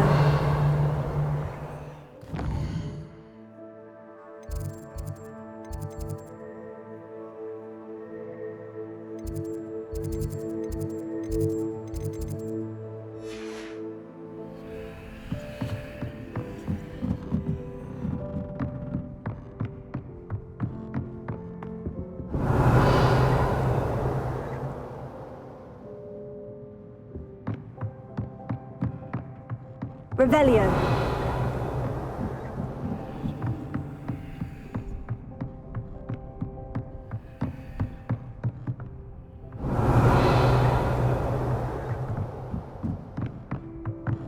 Wingardium Leviosa.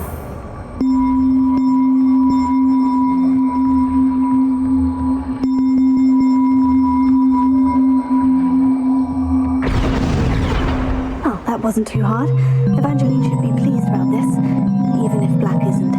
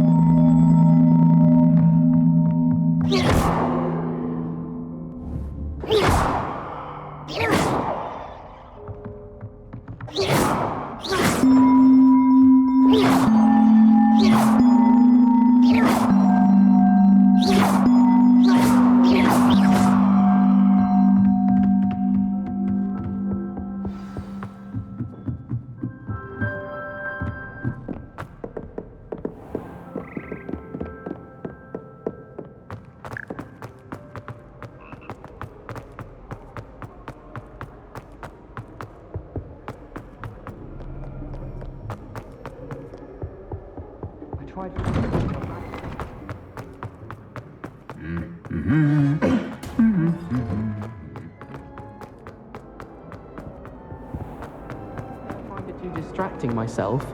What?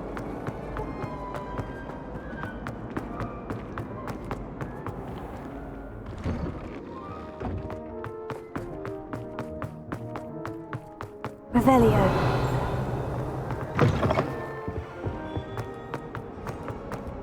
That human's now taken herself.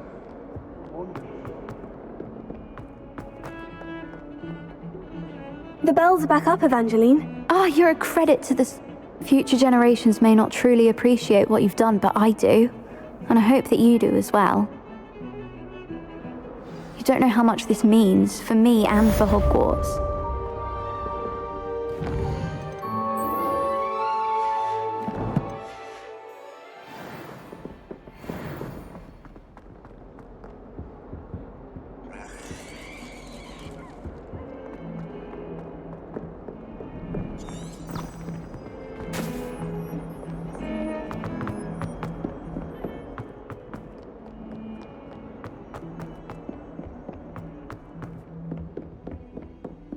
Revelio.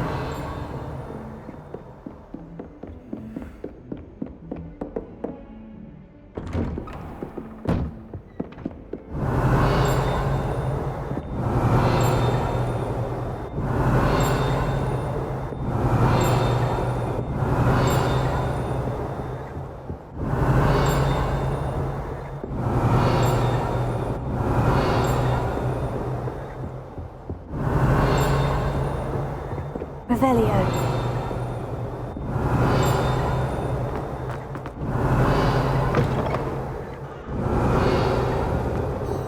Now here's Professor Fig. The Keepers have shown me where the next trial is. Has something changed? Lodgok and I have learned that the goblins are searching for another repository, like the one we saw at Rookwood Castle. And I discovered that they're building massive drills to help in their search. Professor Fitzgerald seemed very concerned. I see. Ranrock clearly knows even more than we suspected. And sir, there's something else. Lodgok knew Miriam. He knew Miriam? They encountered each other at Rookwood Castle. She was doing research. That's where she found the container with the port key. He liked her so much that he let her leave with it, despite orders from Ranrock. I don't know what to say. She could win over almost anyone. I want to hear more of this, and in fact, I'd like to speak with Lodgok directly. But we've no time now. Where is the next trial? Believe it or not, it's in the headmaster's office. Incredible. Very well, you'll need the password to get past the stone gargoyle. The headmaster's house elf will know it. I don't know the headmaster's house elf. Will he even speak to me? I imagine he's loyal to the headmaster. He is, so you'll need a disguise. I have just the thing, a polyjuice potion. You'll look and sound like Professor Black. Wait, doesn't polyjuice potion require a bit of the person you want to change into? And take ages to brew? It does. So how do you already have polyjuice potion to change into Professor Black? One never knows when such a thing may come in handy. Let's just say I felt the need to be prepared for anything after my fruitless trip to the ministry on his behalf. Now, time is of the essence. Drink up and I shall explain more.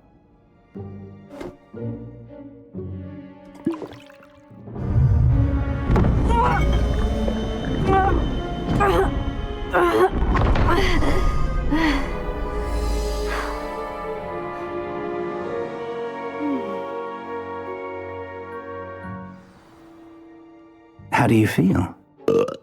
Incredible. I won't forget that taste anytime soon. How do I sound? Convincing. I've taken the liberty of transfiguring your robes. As we discussed, you'll need the password from Scrope, who could be anywhere in the castle. You might look for Professor Kagawa. She's taken to badgering the poor elf about Quidditch in the hopes that he can convince Black to change his mind. Thus far, unsuccessfully. I see. But what if Professor Black sees me? Leave him to me. I shall tell him where to meet a liaison from the ministry in Hogsmeade. That should give you plenty of time. Thank you, Professor. I suppose we'll meet again in the map chamber. It's rather strange to hear gratitude coming from Professor Black. I'll see you there. Now to find the headmaster's house elf.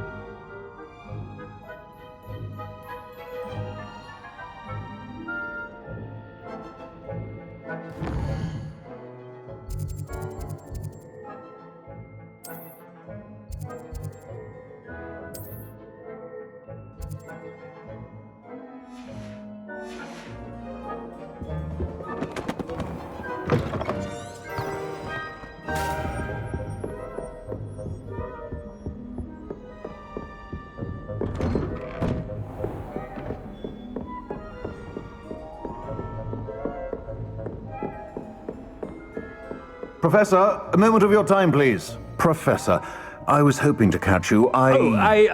Places to be, Professor Sharp. Places to be. Of course, sir. Only, you'd asked me about a particular potion, and I did?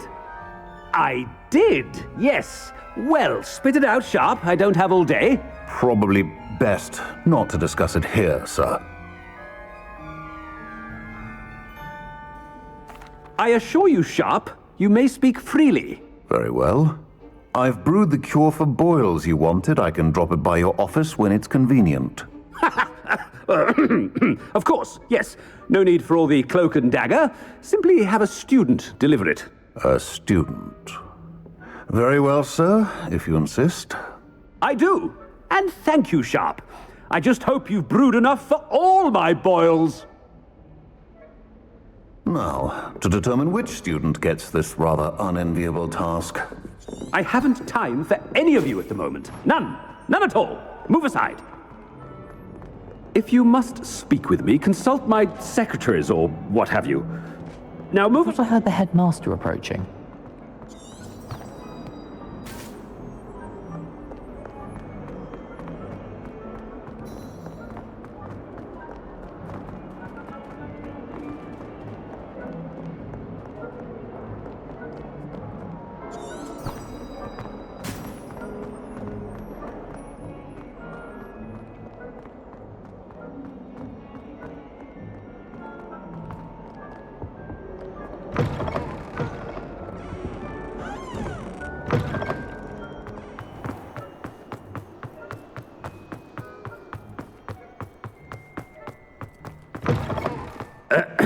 I wonder almost daily why I accepted this appointment from the Ministry.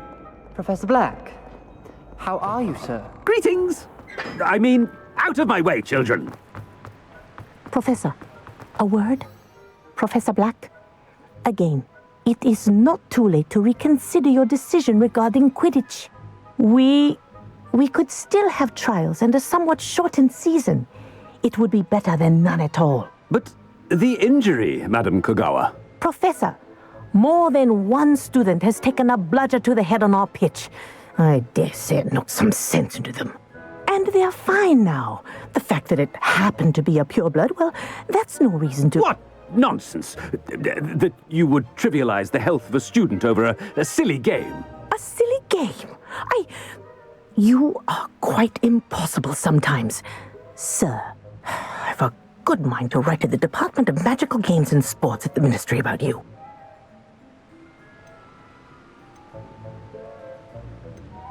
I should think you'd have better things to do with your time. Now, where's my elf? Good day, Professor. And I spotted Scrope in the Great Hall. Seems to be avoiding me. I wonder why. Good day, Madam Kogawa. What did we do to deserve him as a head? Chewing with your mouth open? Where are your manners?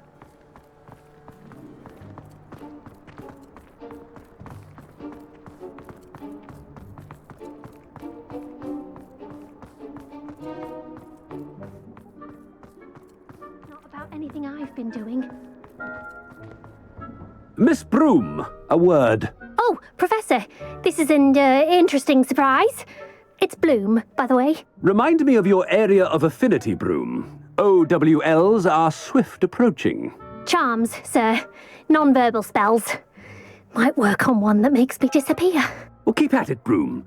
And before you know it, you'll be as invisible as that new fifth year seems to be. They're not invisible, sir. I've seen them near the library.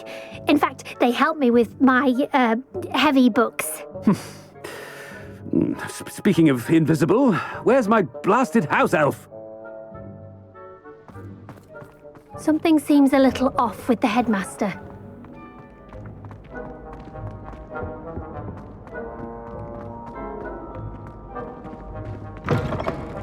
When I witness what passes for magic in these halls, I... Professor, I need to speak to you. Hello, Professor Black. Ah, Professor Weasley. How delightful to see you. Sir? Since I have you here, I wonder if I might, speak with you about Professor Fig. Oh, very well. I've decided to give him a bit more, leeway with his time. Leeway, Professor? Are you sure that's wise? I confess I do worry for his students. He's rarely here as it is.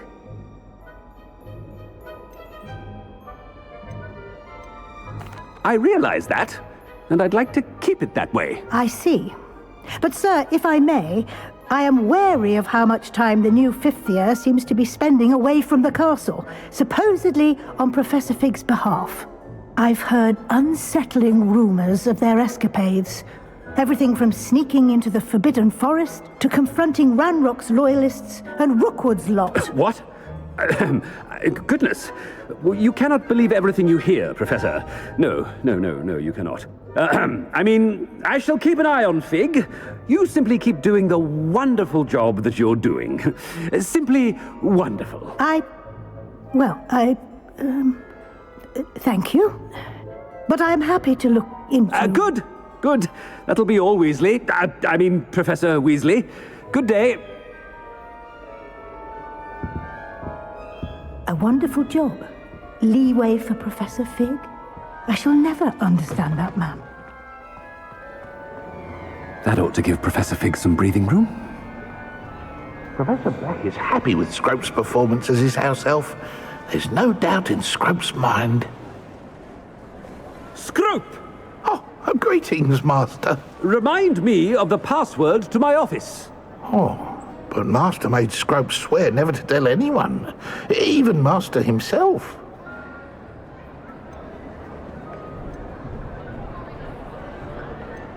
And now I'm telling you that you can tell me. Yes, sir. Of course, sir. Scrope begs forgiveness. It is the Black family motto, Master. Right. Of course. Master does remember it.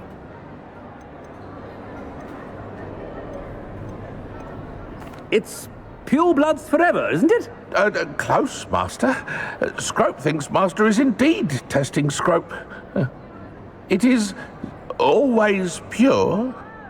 Obviously. And, of course, as Master knows, in French. Yes, of course. I order you to pronounce it for me.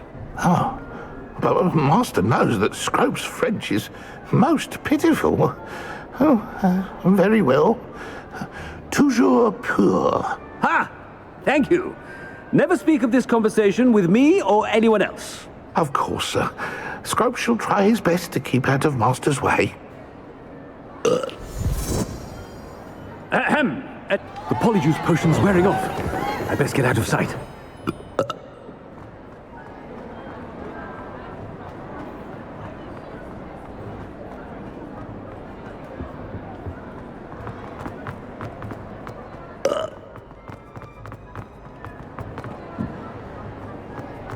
Made it just in time.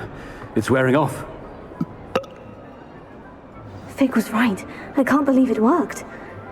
Now, to speak the password to the gargoyle.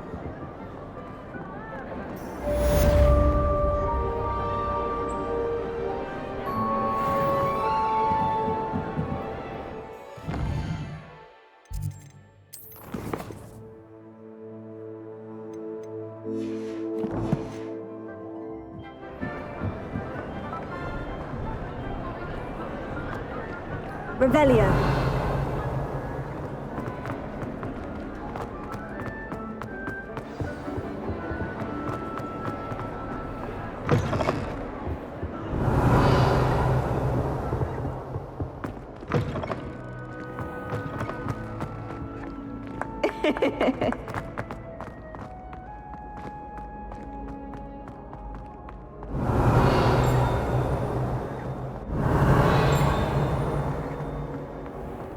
Revelio.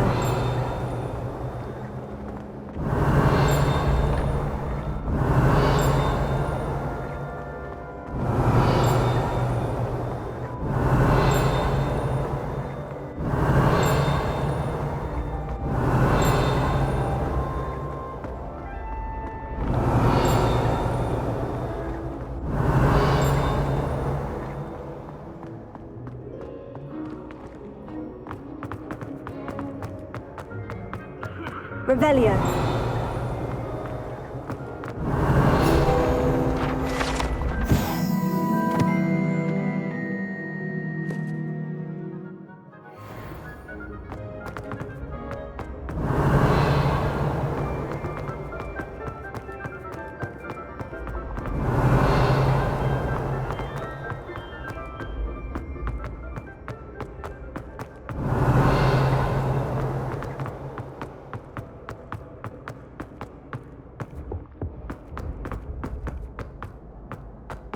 Revelio.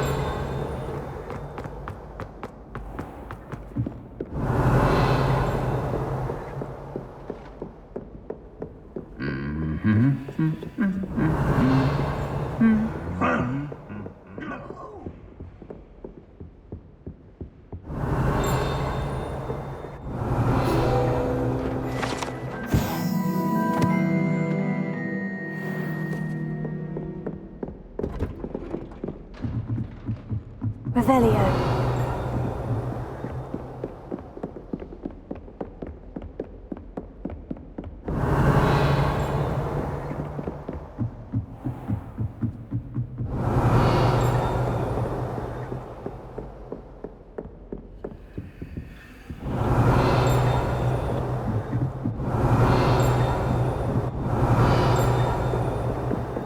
Alohomora.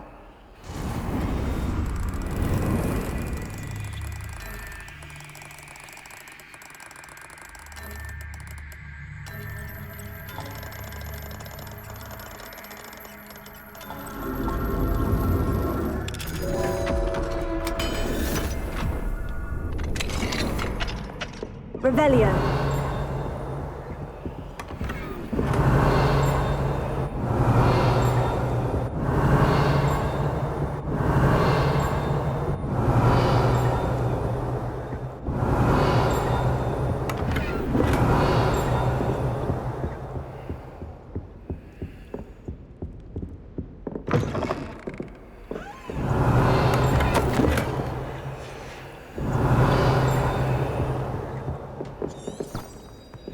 Revelio.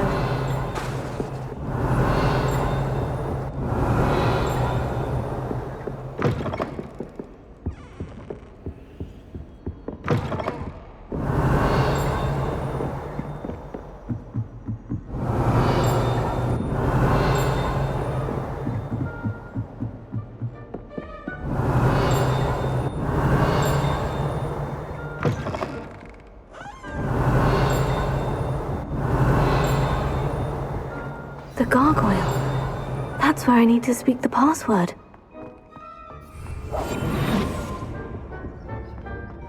Revelio.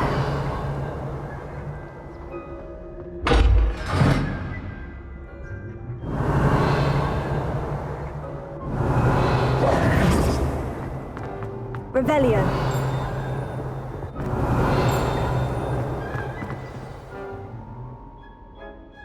Toujours pure.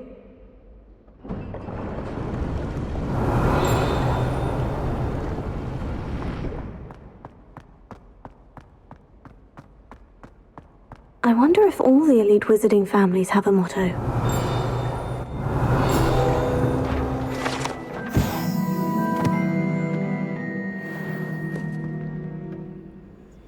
Revelio.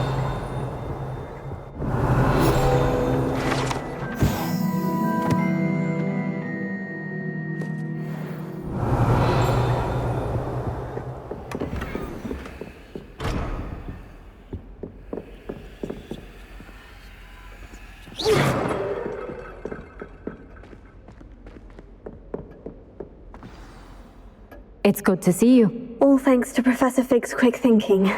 Now what? Approach the pedestal in the antechamber and read the book that appears.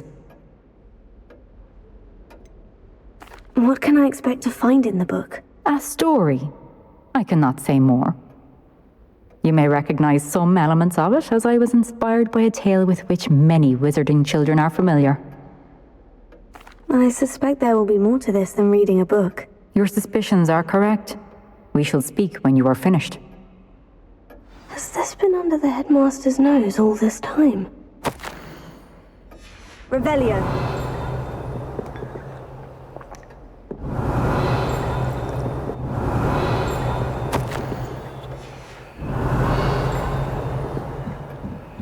That must be the pedestal.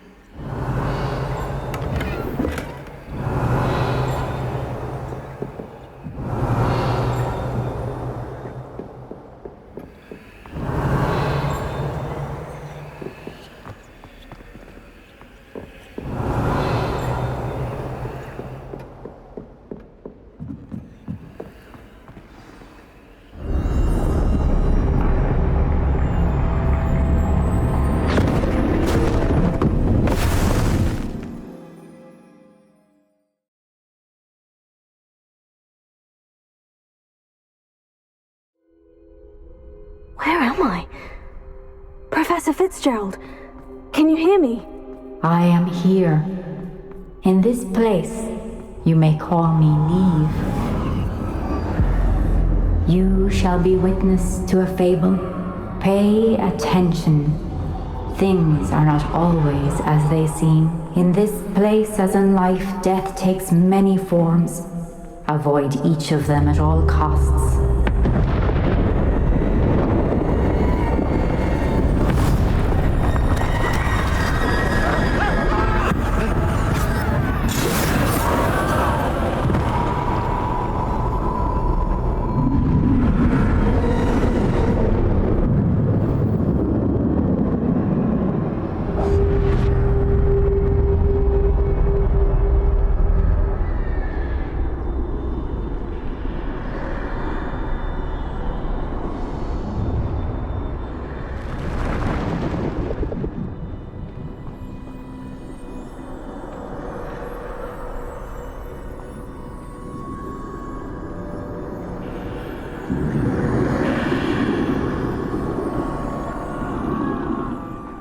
I should have run when I could. I'd be free by now.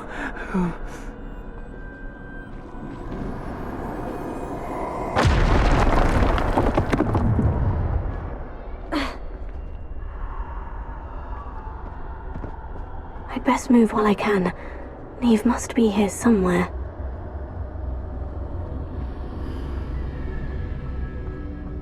I need to time this just right.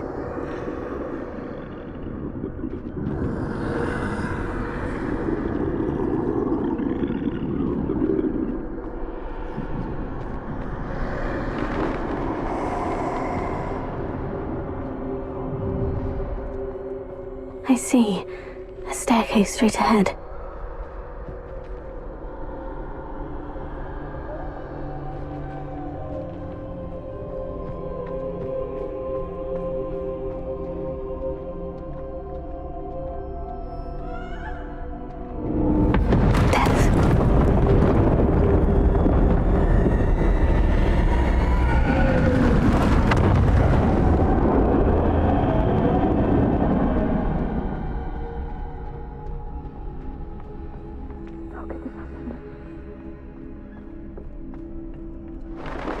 A ladder.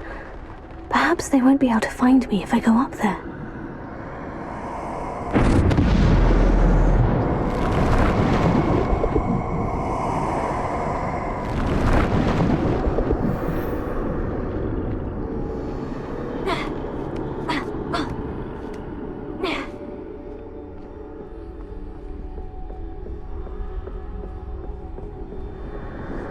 They're gone. For now. I need to get out of here. Where could Neve be? Too many. I must cross this road as fast as I can.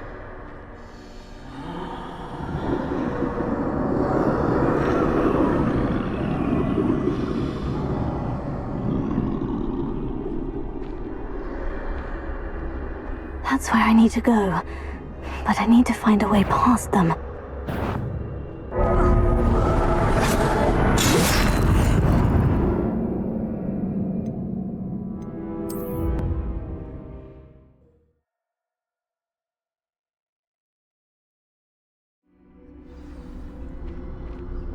This is my chance. I'm coming, Neve. Too many. I must cross this road as fast as I can.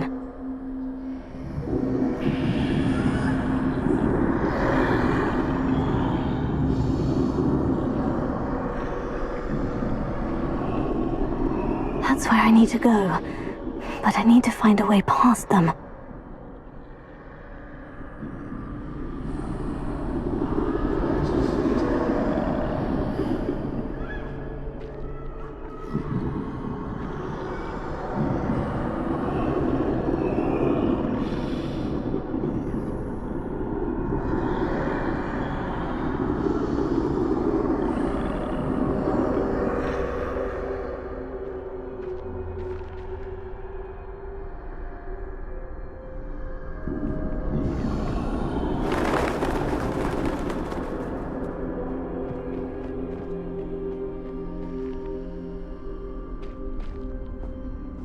Nothing this way but more danger. Must be another way to find you. I need to turn back. There's no getting past them that way.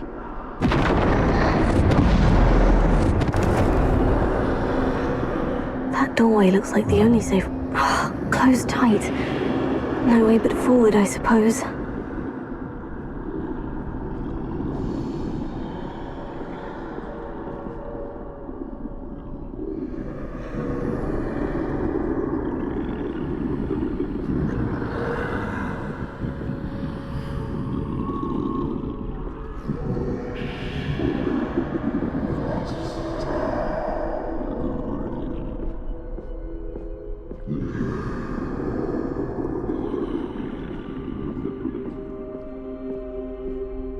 Now's my chance.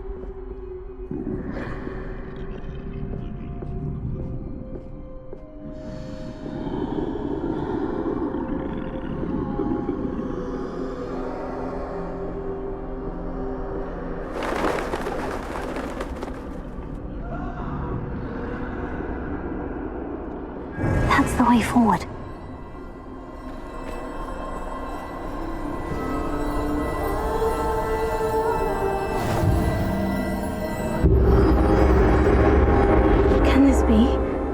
I think I'm invisible.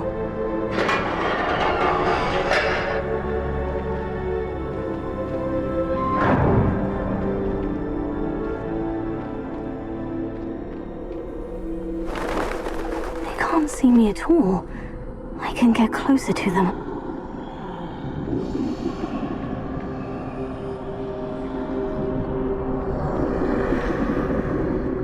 This is the way forward. Finally free. Now, where are you, Neve?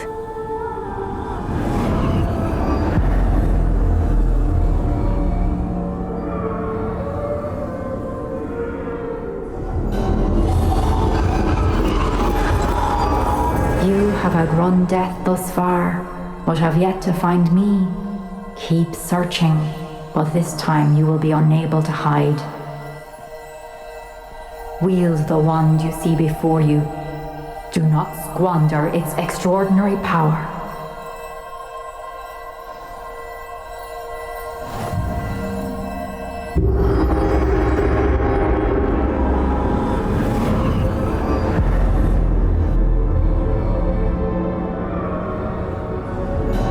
I've never felt such power.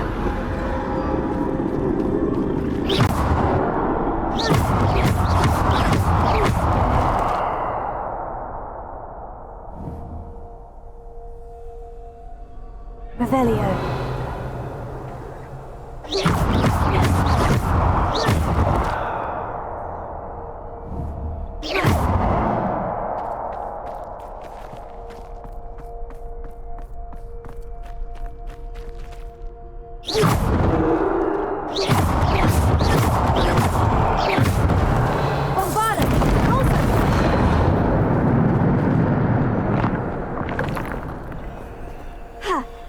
Revelio.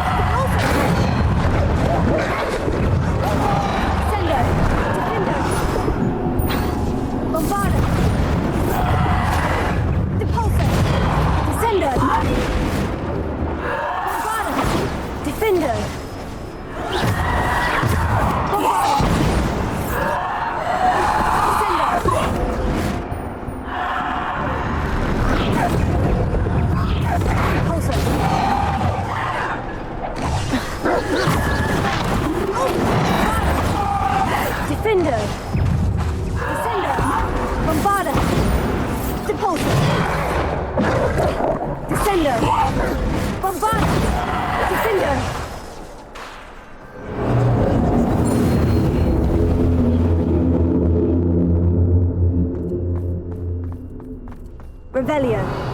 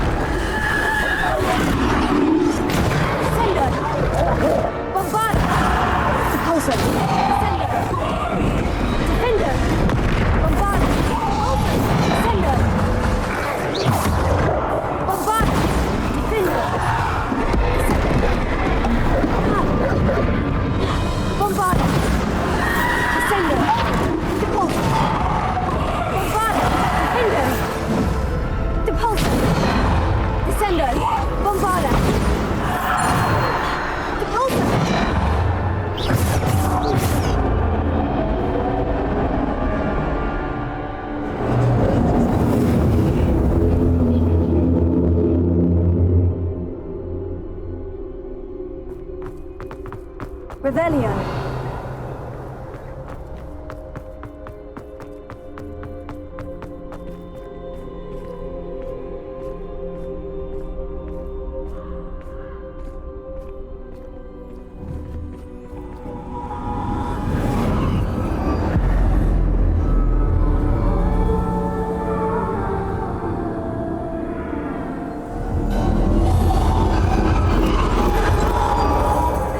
Stone.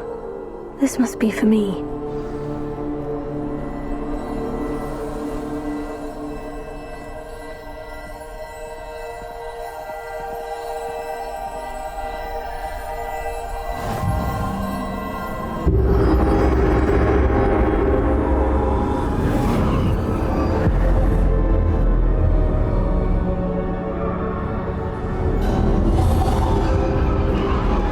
You are far from finished. Pass through them. She's gone. Neve. Dear, sweet Neve. Dead. Neve! Why? We won't be the same without her.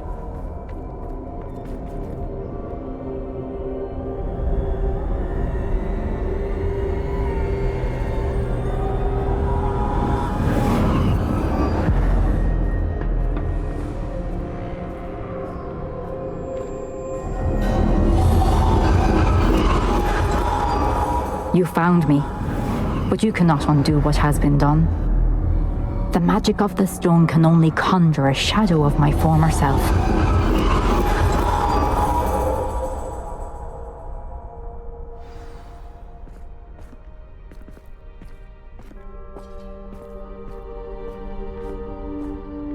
But there is no light without shadow, as there is no shadow without light. Simply because you can eliminate darkness does not always mean that you should.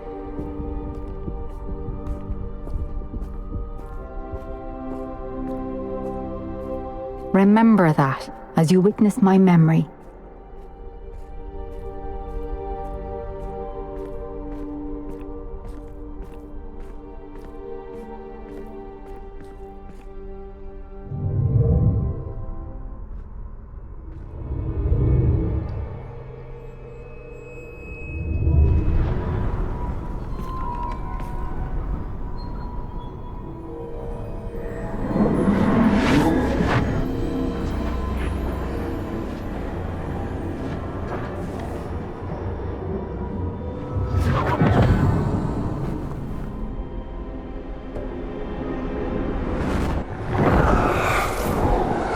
Isadora, what you did for your father was remarkable. Wasn't it?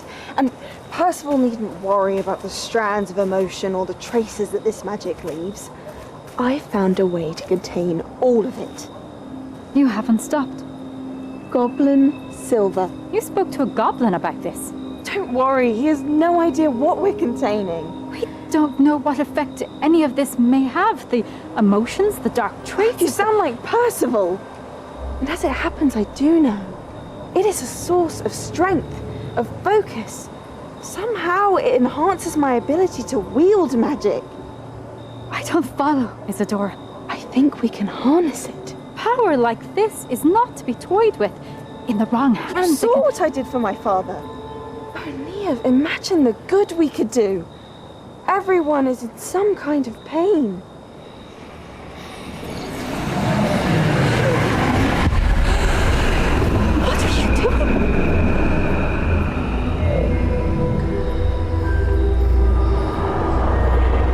Breathe it in. Can you feel it? Oh, Isadora. This must stop. All of it. You've kept this power to yourselves for so long because you fear it.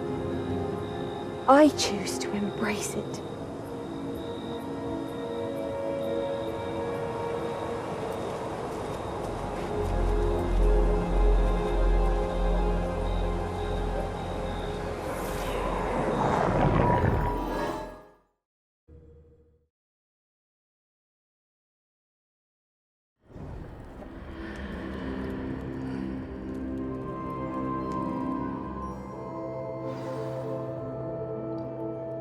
Revelio.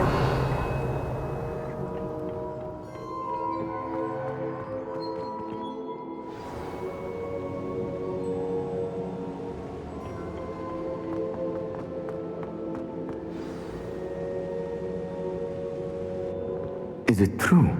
Has someone completed the first 3 trials? It is, and I have. But you are so... Young. I know. You must be Professor Bakar. I am. Pleased to meet you. The pensive memory I just witnessed. Was Isadora inhaling painful emotions? She was. I found it disturbing. But how did she gain power from it? How did she harness it? It was disturbing. Although I wonder that you are asking about her power. I hesitate to reveal the location of my pensive to someone who, perhaps, has yet to understand the responsibility of power. I can assure you, Professor, I do.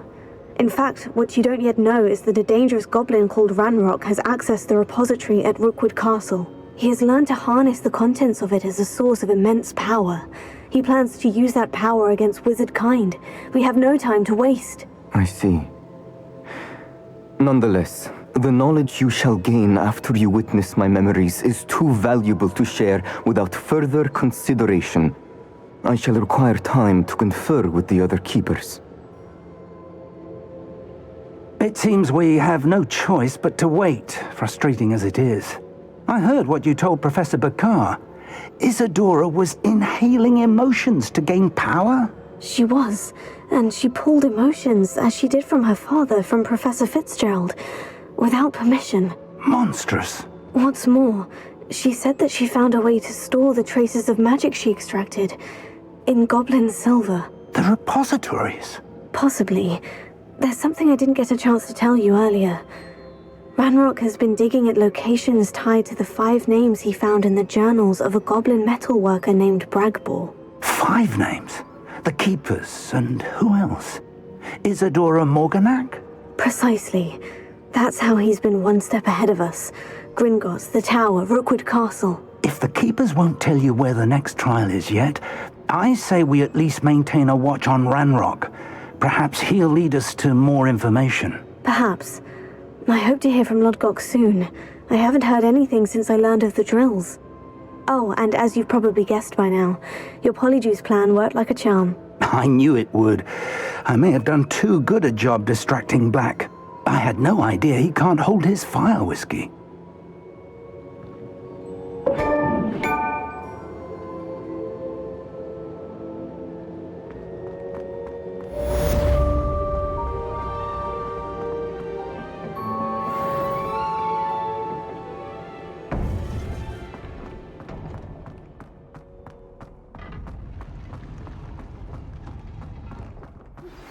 I shouldn't have reacted so bitterly about your goblin friend. I apologize. I hope we can finish what we started with the triptych. Please meet me at the southern coast. We can search for the final canvas piece.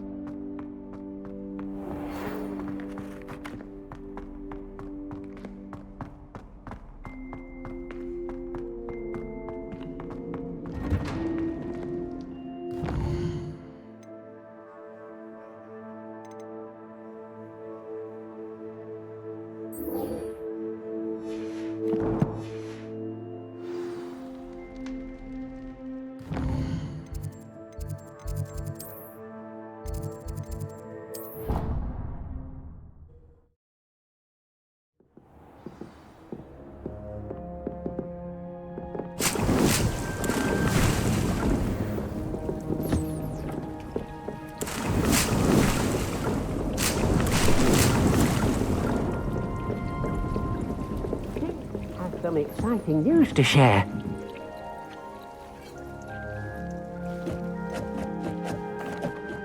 Hello, Deke. Professor Weasley said you had an idea. Indeed, Deke does. Deke knows that you want to learn about all sorts of beasts, and Deke recently heard rumors of a phoenix nest in a nearby mountain. A phoenix nest? I wonder if it belongs to the phoenix Natty mentioned, the one Harlow and the poacher pack are after. Deke would not doubt it. If Deke has heard of it, surely the nasty poachers have as well, which means it could be in danger. Sounds a bit dangerous. I'd rather not risk running into poachers again. Deke believes it is worth the risk. So majestic a beast should not fall into such vile hands. Deke is not sure why, but Deke feels that saving a phoenix might help to make amends for what happened with Deke's prior master. Deke hopes that you are able to find the phoenix and bring it to the room where it will be safe.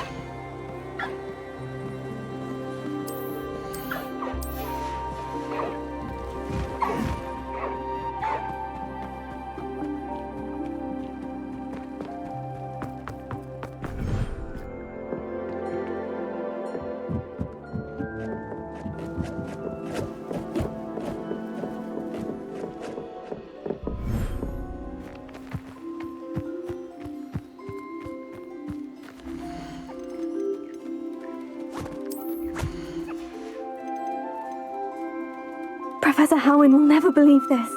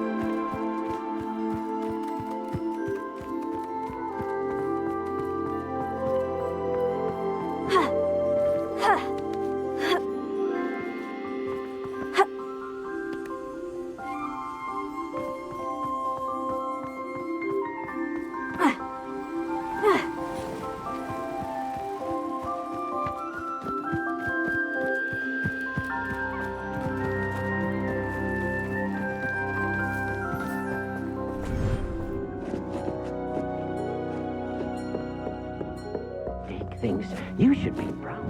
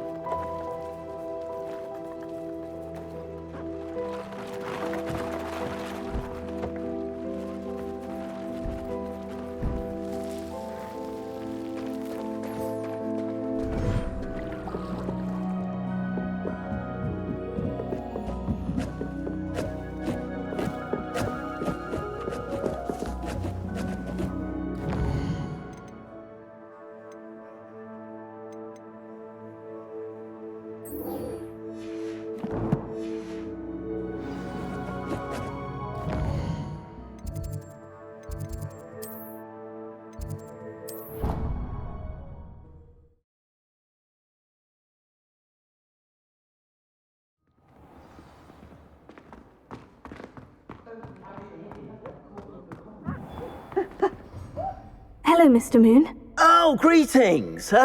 Any luck removing some more of those demiguise statues? I actually have some moons for you. So you have? But bring me a few more and I'll show you how to improve casting Alahomora. Where should I look for more demiguise statues and moons? All of my usual haunts, which, as you know, have now become quite haunting. Here in the castle, in Hogsmeade, and, believe it or not, in some of the surrounding hamlets. My tormentor is nothing if not thorough. I haven't left the castle in ages, and I'm constantly on edge.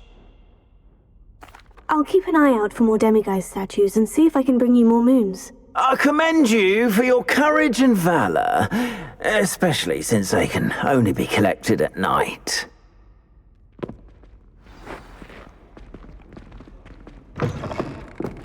Revelio.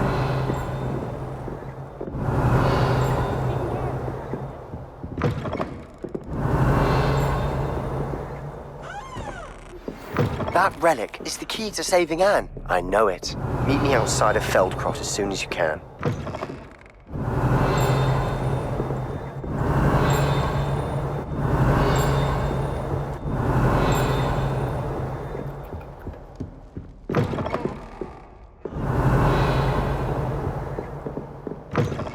Revelio.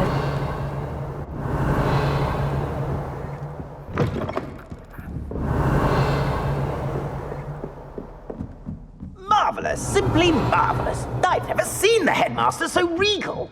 Actually, I have come to think of it.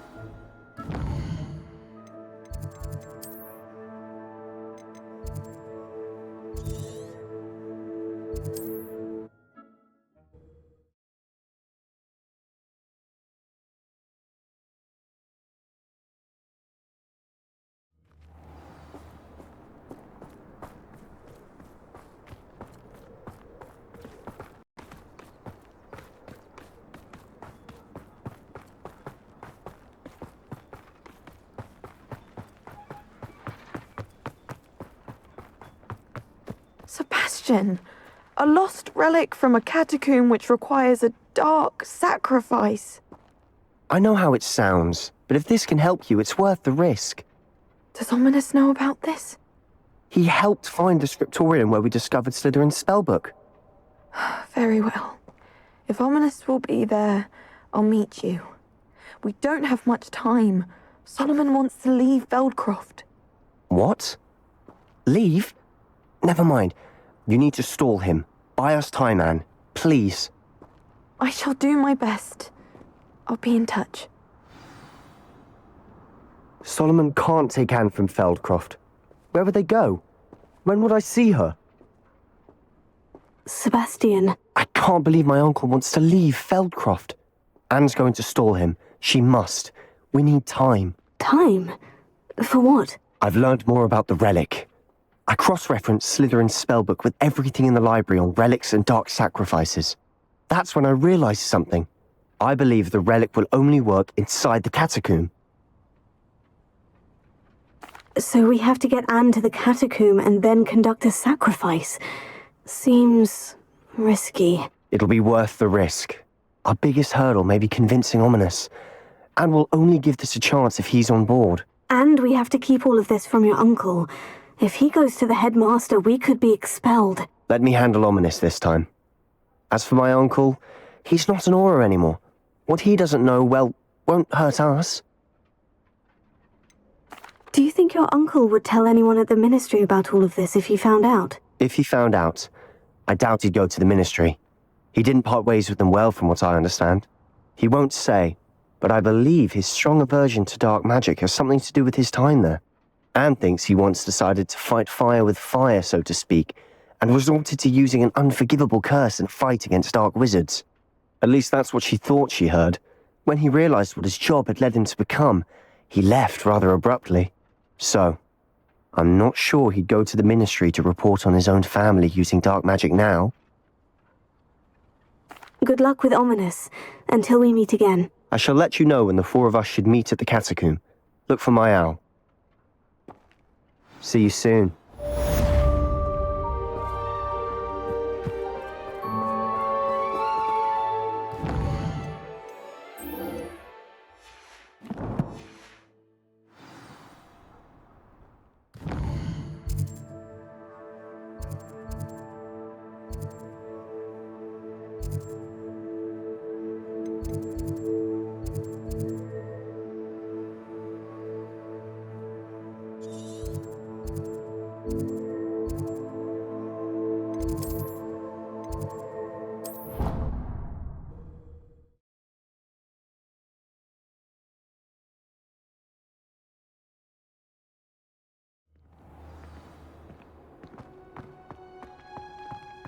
Oh, it's you! Just the person I need. Samantha, is everything all right? No, it's not. It's my brother William, the one I told you about after charms class. He's been cursed. He ignored my warning and now he's lying in St. Mungo's looking completely pathetic. He simply never listens. I'm sorry. How exactly has he been cursed? Oh, you won't believe it. Truly, but his feet were turned into purple beets. You can imagine his distress. And mine. I won't even go into the attention he was getting from our garden rabbits before he admitted himself to hospital. I'm so sorry. That sounds like a trying situation. I'm glad you understand. Everyone else just laughs at me as if it's a joke. No compassion at all. Well, it is an unusual situation. How did your brother end up like this? It's entirely his own fault. I told him about some research I'd done recently on our ancestor Marmaduke Dale. In particular, my discovery that Marmaduke's tomb was cursed. My brother's always making fun of my discoveries. This time, he laughed in my face. Told me I'd misinterpreted my findings. As if that were possible. And to prove his point, he went right up to the entrance of the tomb and poof! His feet transfigured into beets. How awful. I can see why you're upset. He definitely needs some help. Exactly. He may be a cape flapper, but he's still my brother. And no one deserves such a fate to last forever, especially as the result of a single brainless mistake. Now I worry that if the curse isn't reversed, it could become permanent. Can't the curse be broken? Possibly. The curse stems from a crest that was stolen from Marmaduke.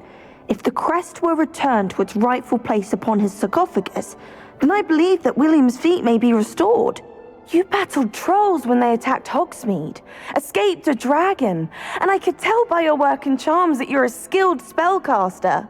Returning a crest to a sarcophagus should be almost effortless for you. So, will you help us? Why is your ancestor so well known? He discovered the properties of several magical herbs and plants. He also uncovered numerous types of flora. The wizarding world owes him a great debt. His work not only impacted the discipline of herbology, but also potion making. How do you know it's safe? I don't want my feet to turn into beets as well. Oh, but the curse only applies to Marmaduke's descendants, as my brother so aptly demonstrated. That's why I need your help. You're unrelated to my family, so the curse wouldn't affect you. Why was Marmaduke's tomb cursed? The curse is the result of an intense sibling rivalry between Granham Dale and his younger brother Marmaduke. Marmaduke was a famed herbologist, and Granham resented the attention that he received. Sibling rivalry. Sounds as if it might run in the family. But I would never intentionally curse my brother, not like Granham did. When their mother died, Marmaduke was given the prized family crest. Granham felt that as the eldest child, he should have been given it. Years later, when Marmaduke died, Granham stole it and cursed the tomb so that none in the Dale family could ever pay their respects. I can take the crest to Marmaduke's sarcophagus for you. Oh, thank you! Thank you so much! You'll simply go into the tomb where Marmaduke was laid to rest and place the crest on top of his sarcophagus. According to my research, the tomb's been abandoned for centuries, so it should be a fairly simple task. You'll find it just east of the hamlet of Brockborough. Thank you for your help. My family is indebted to you.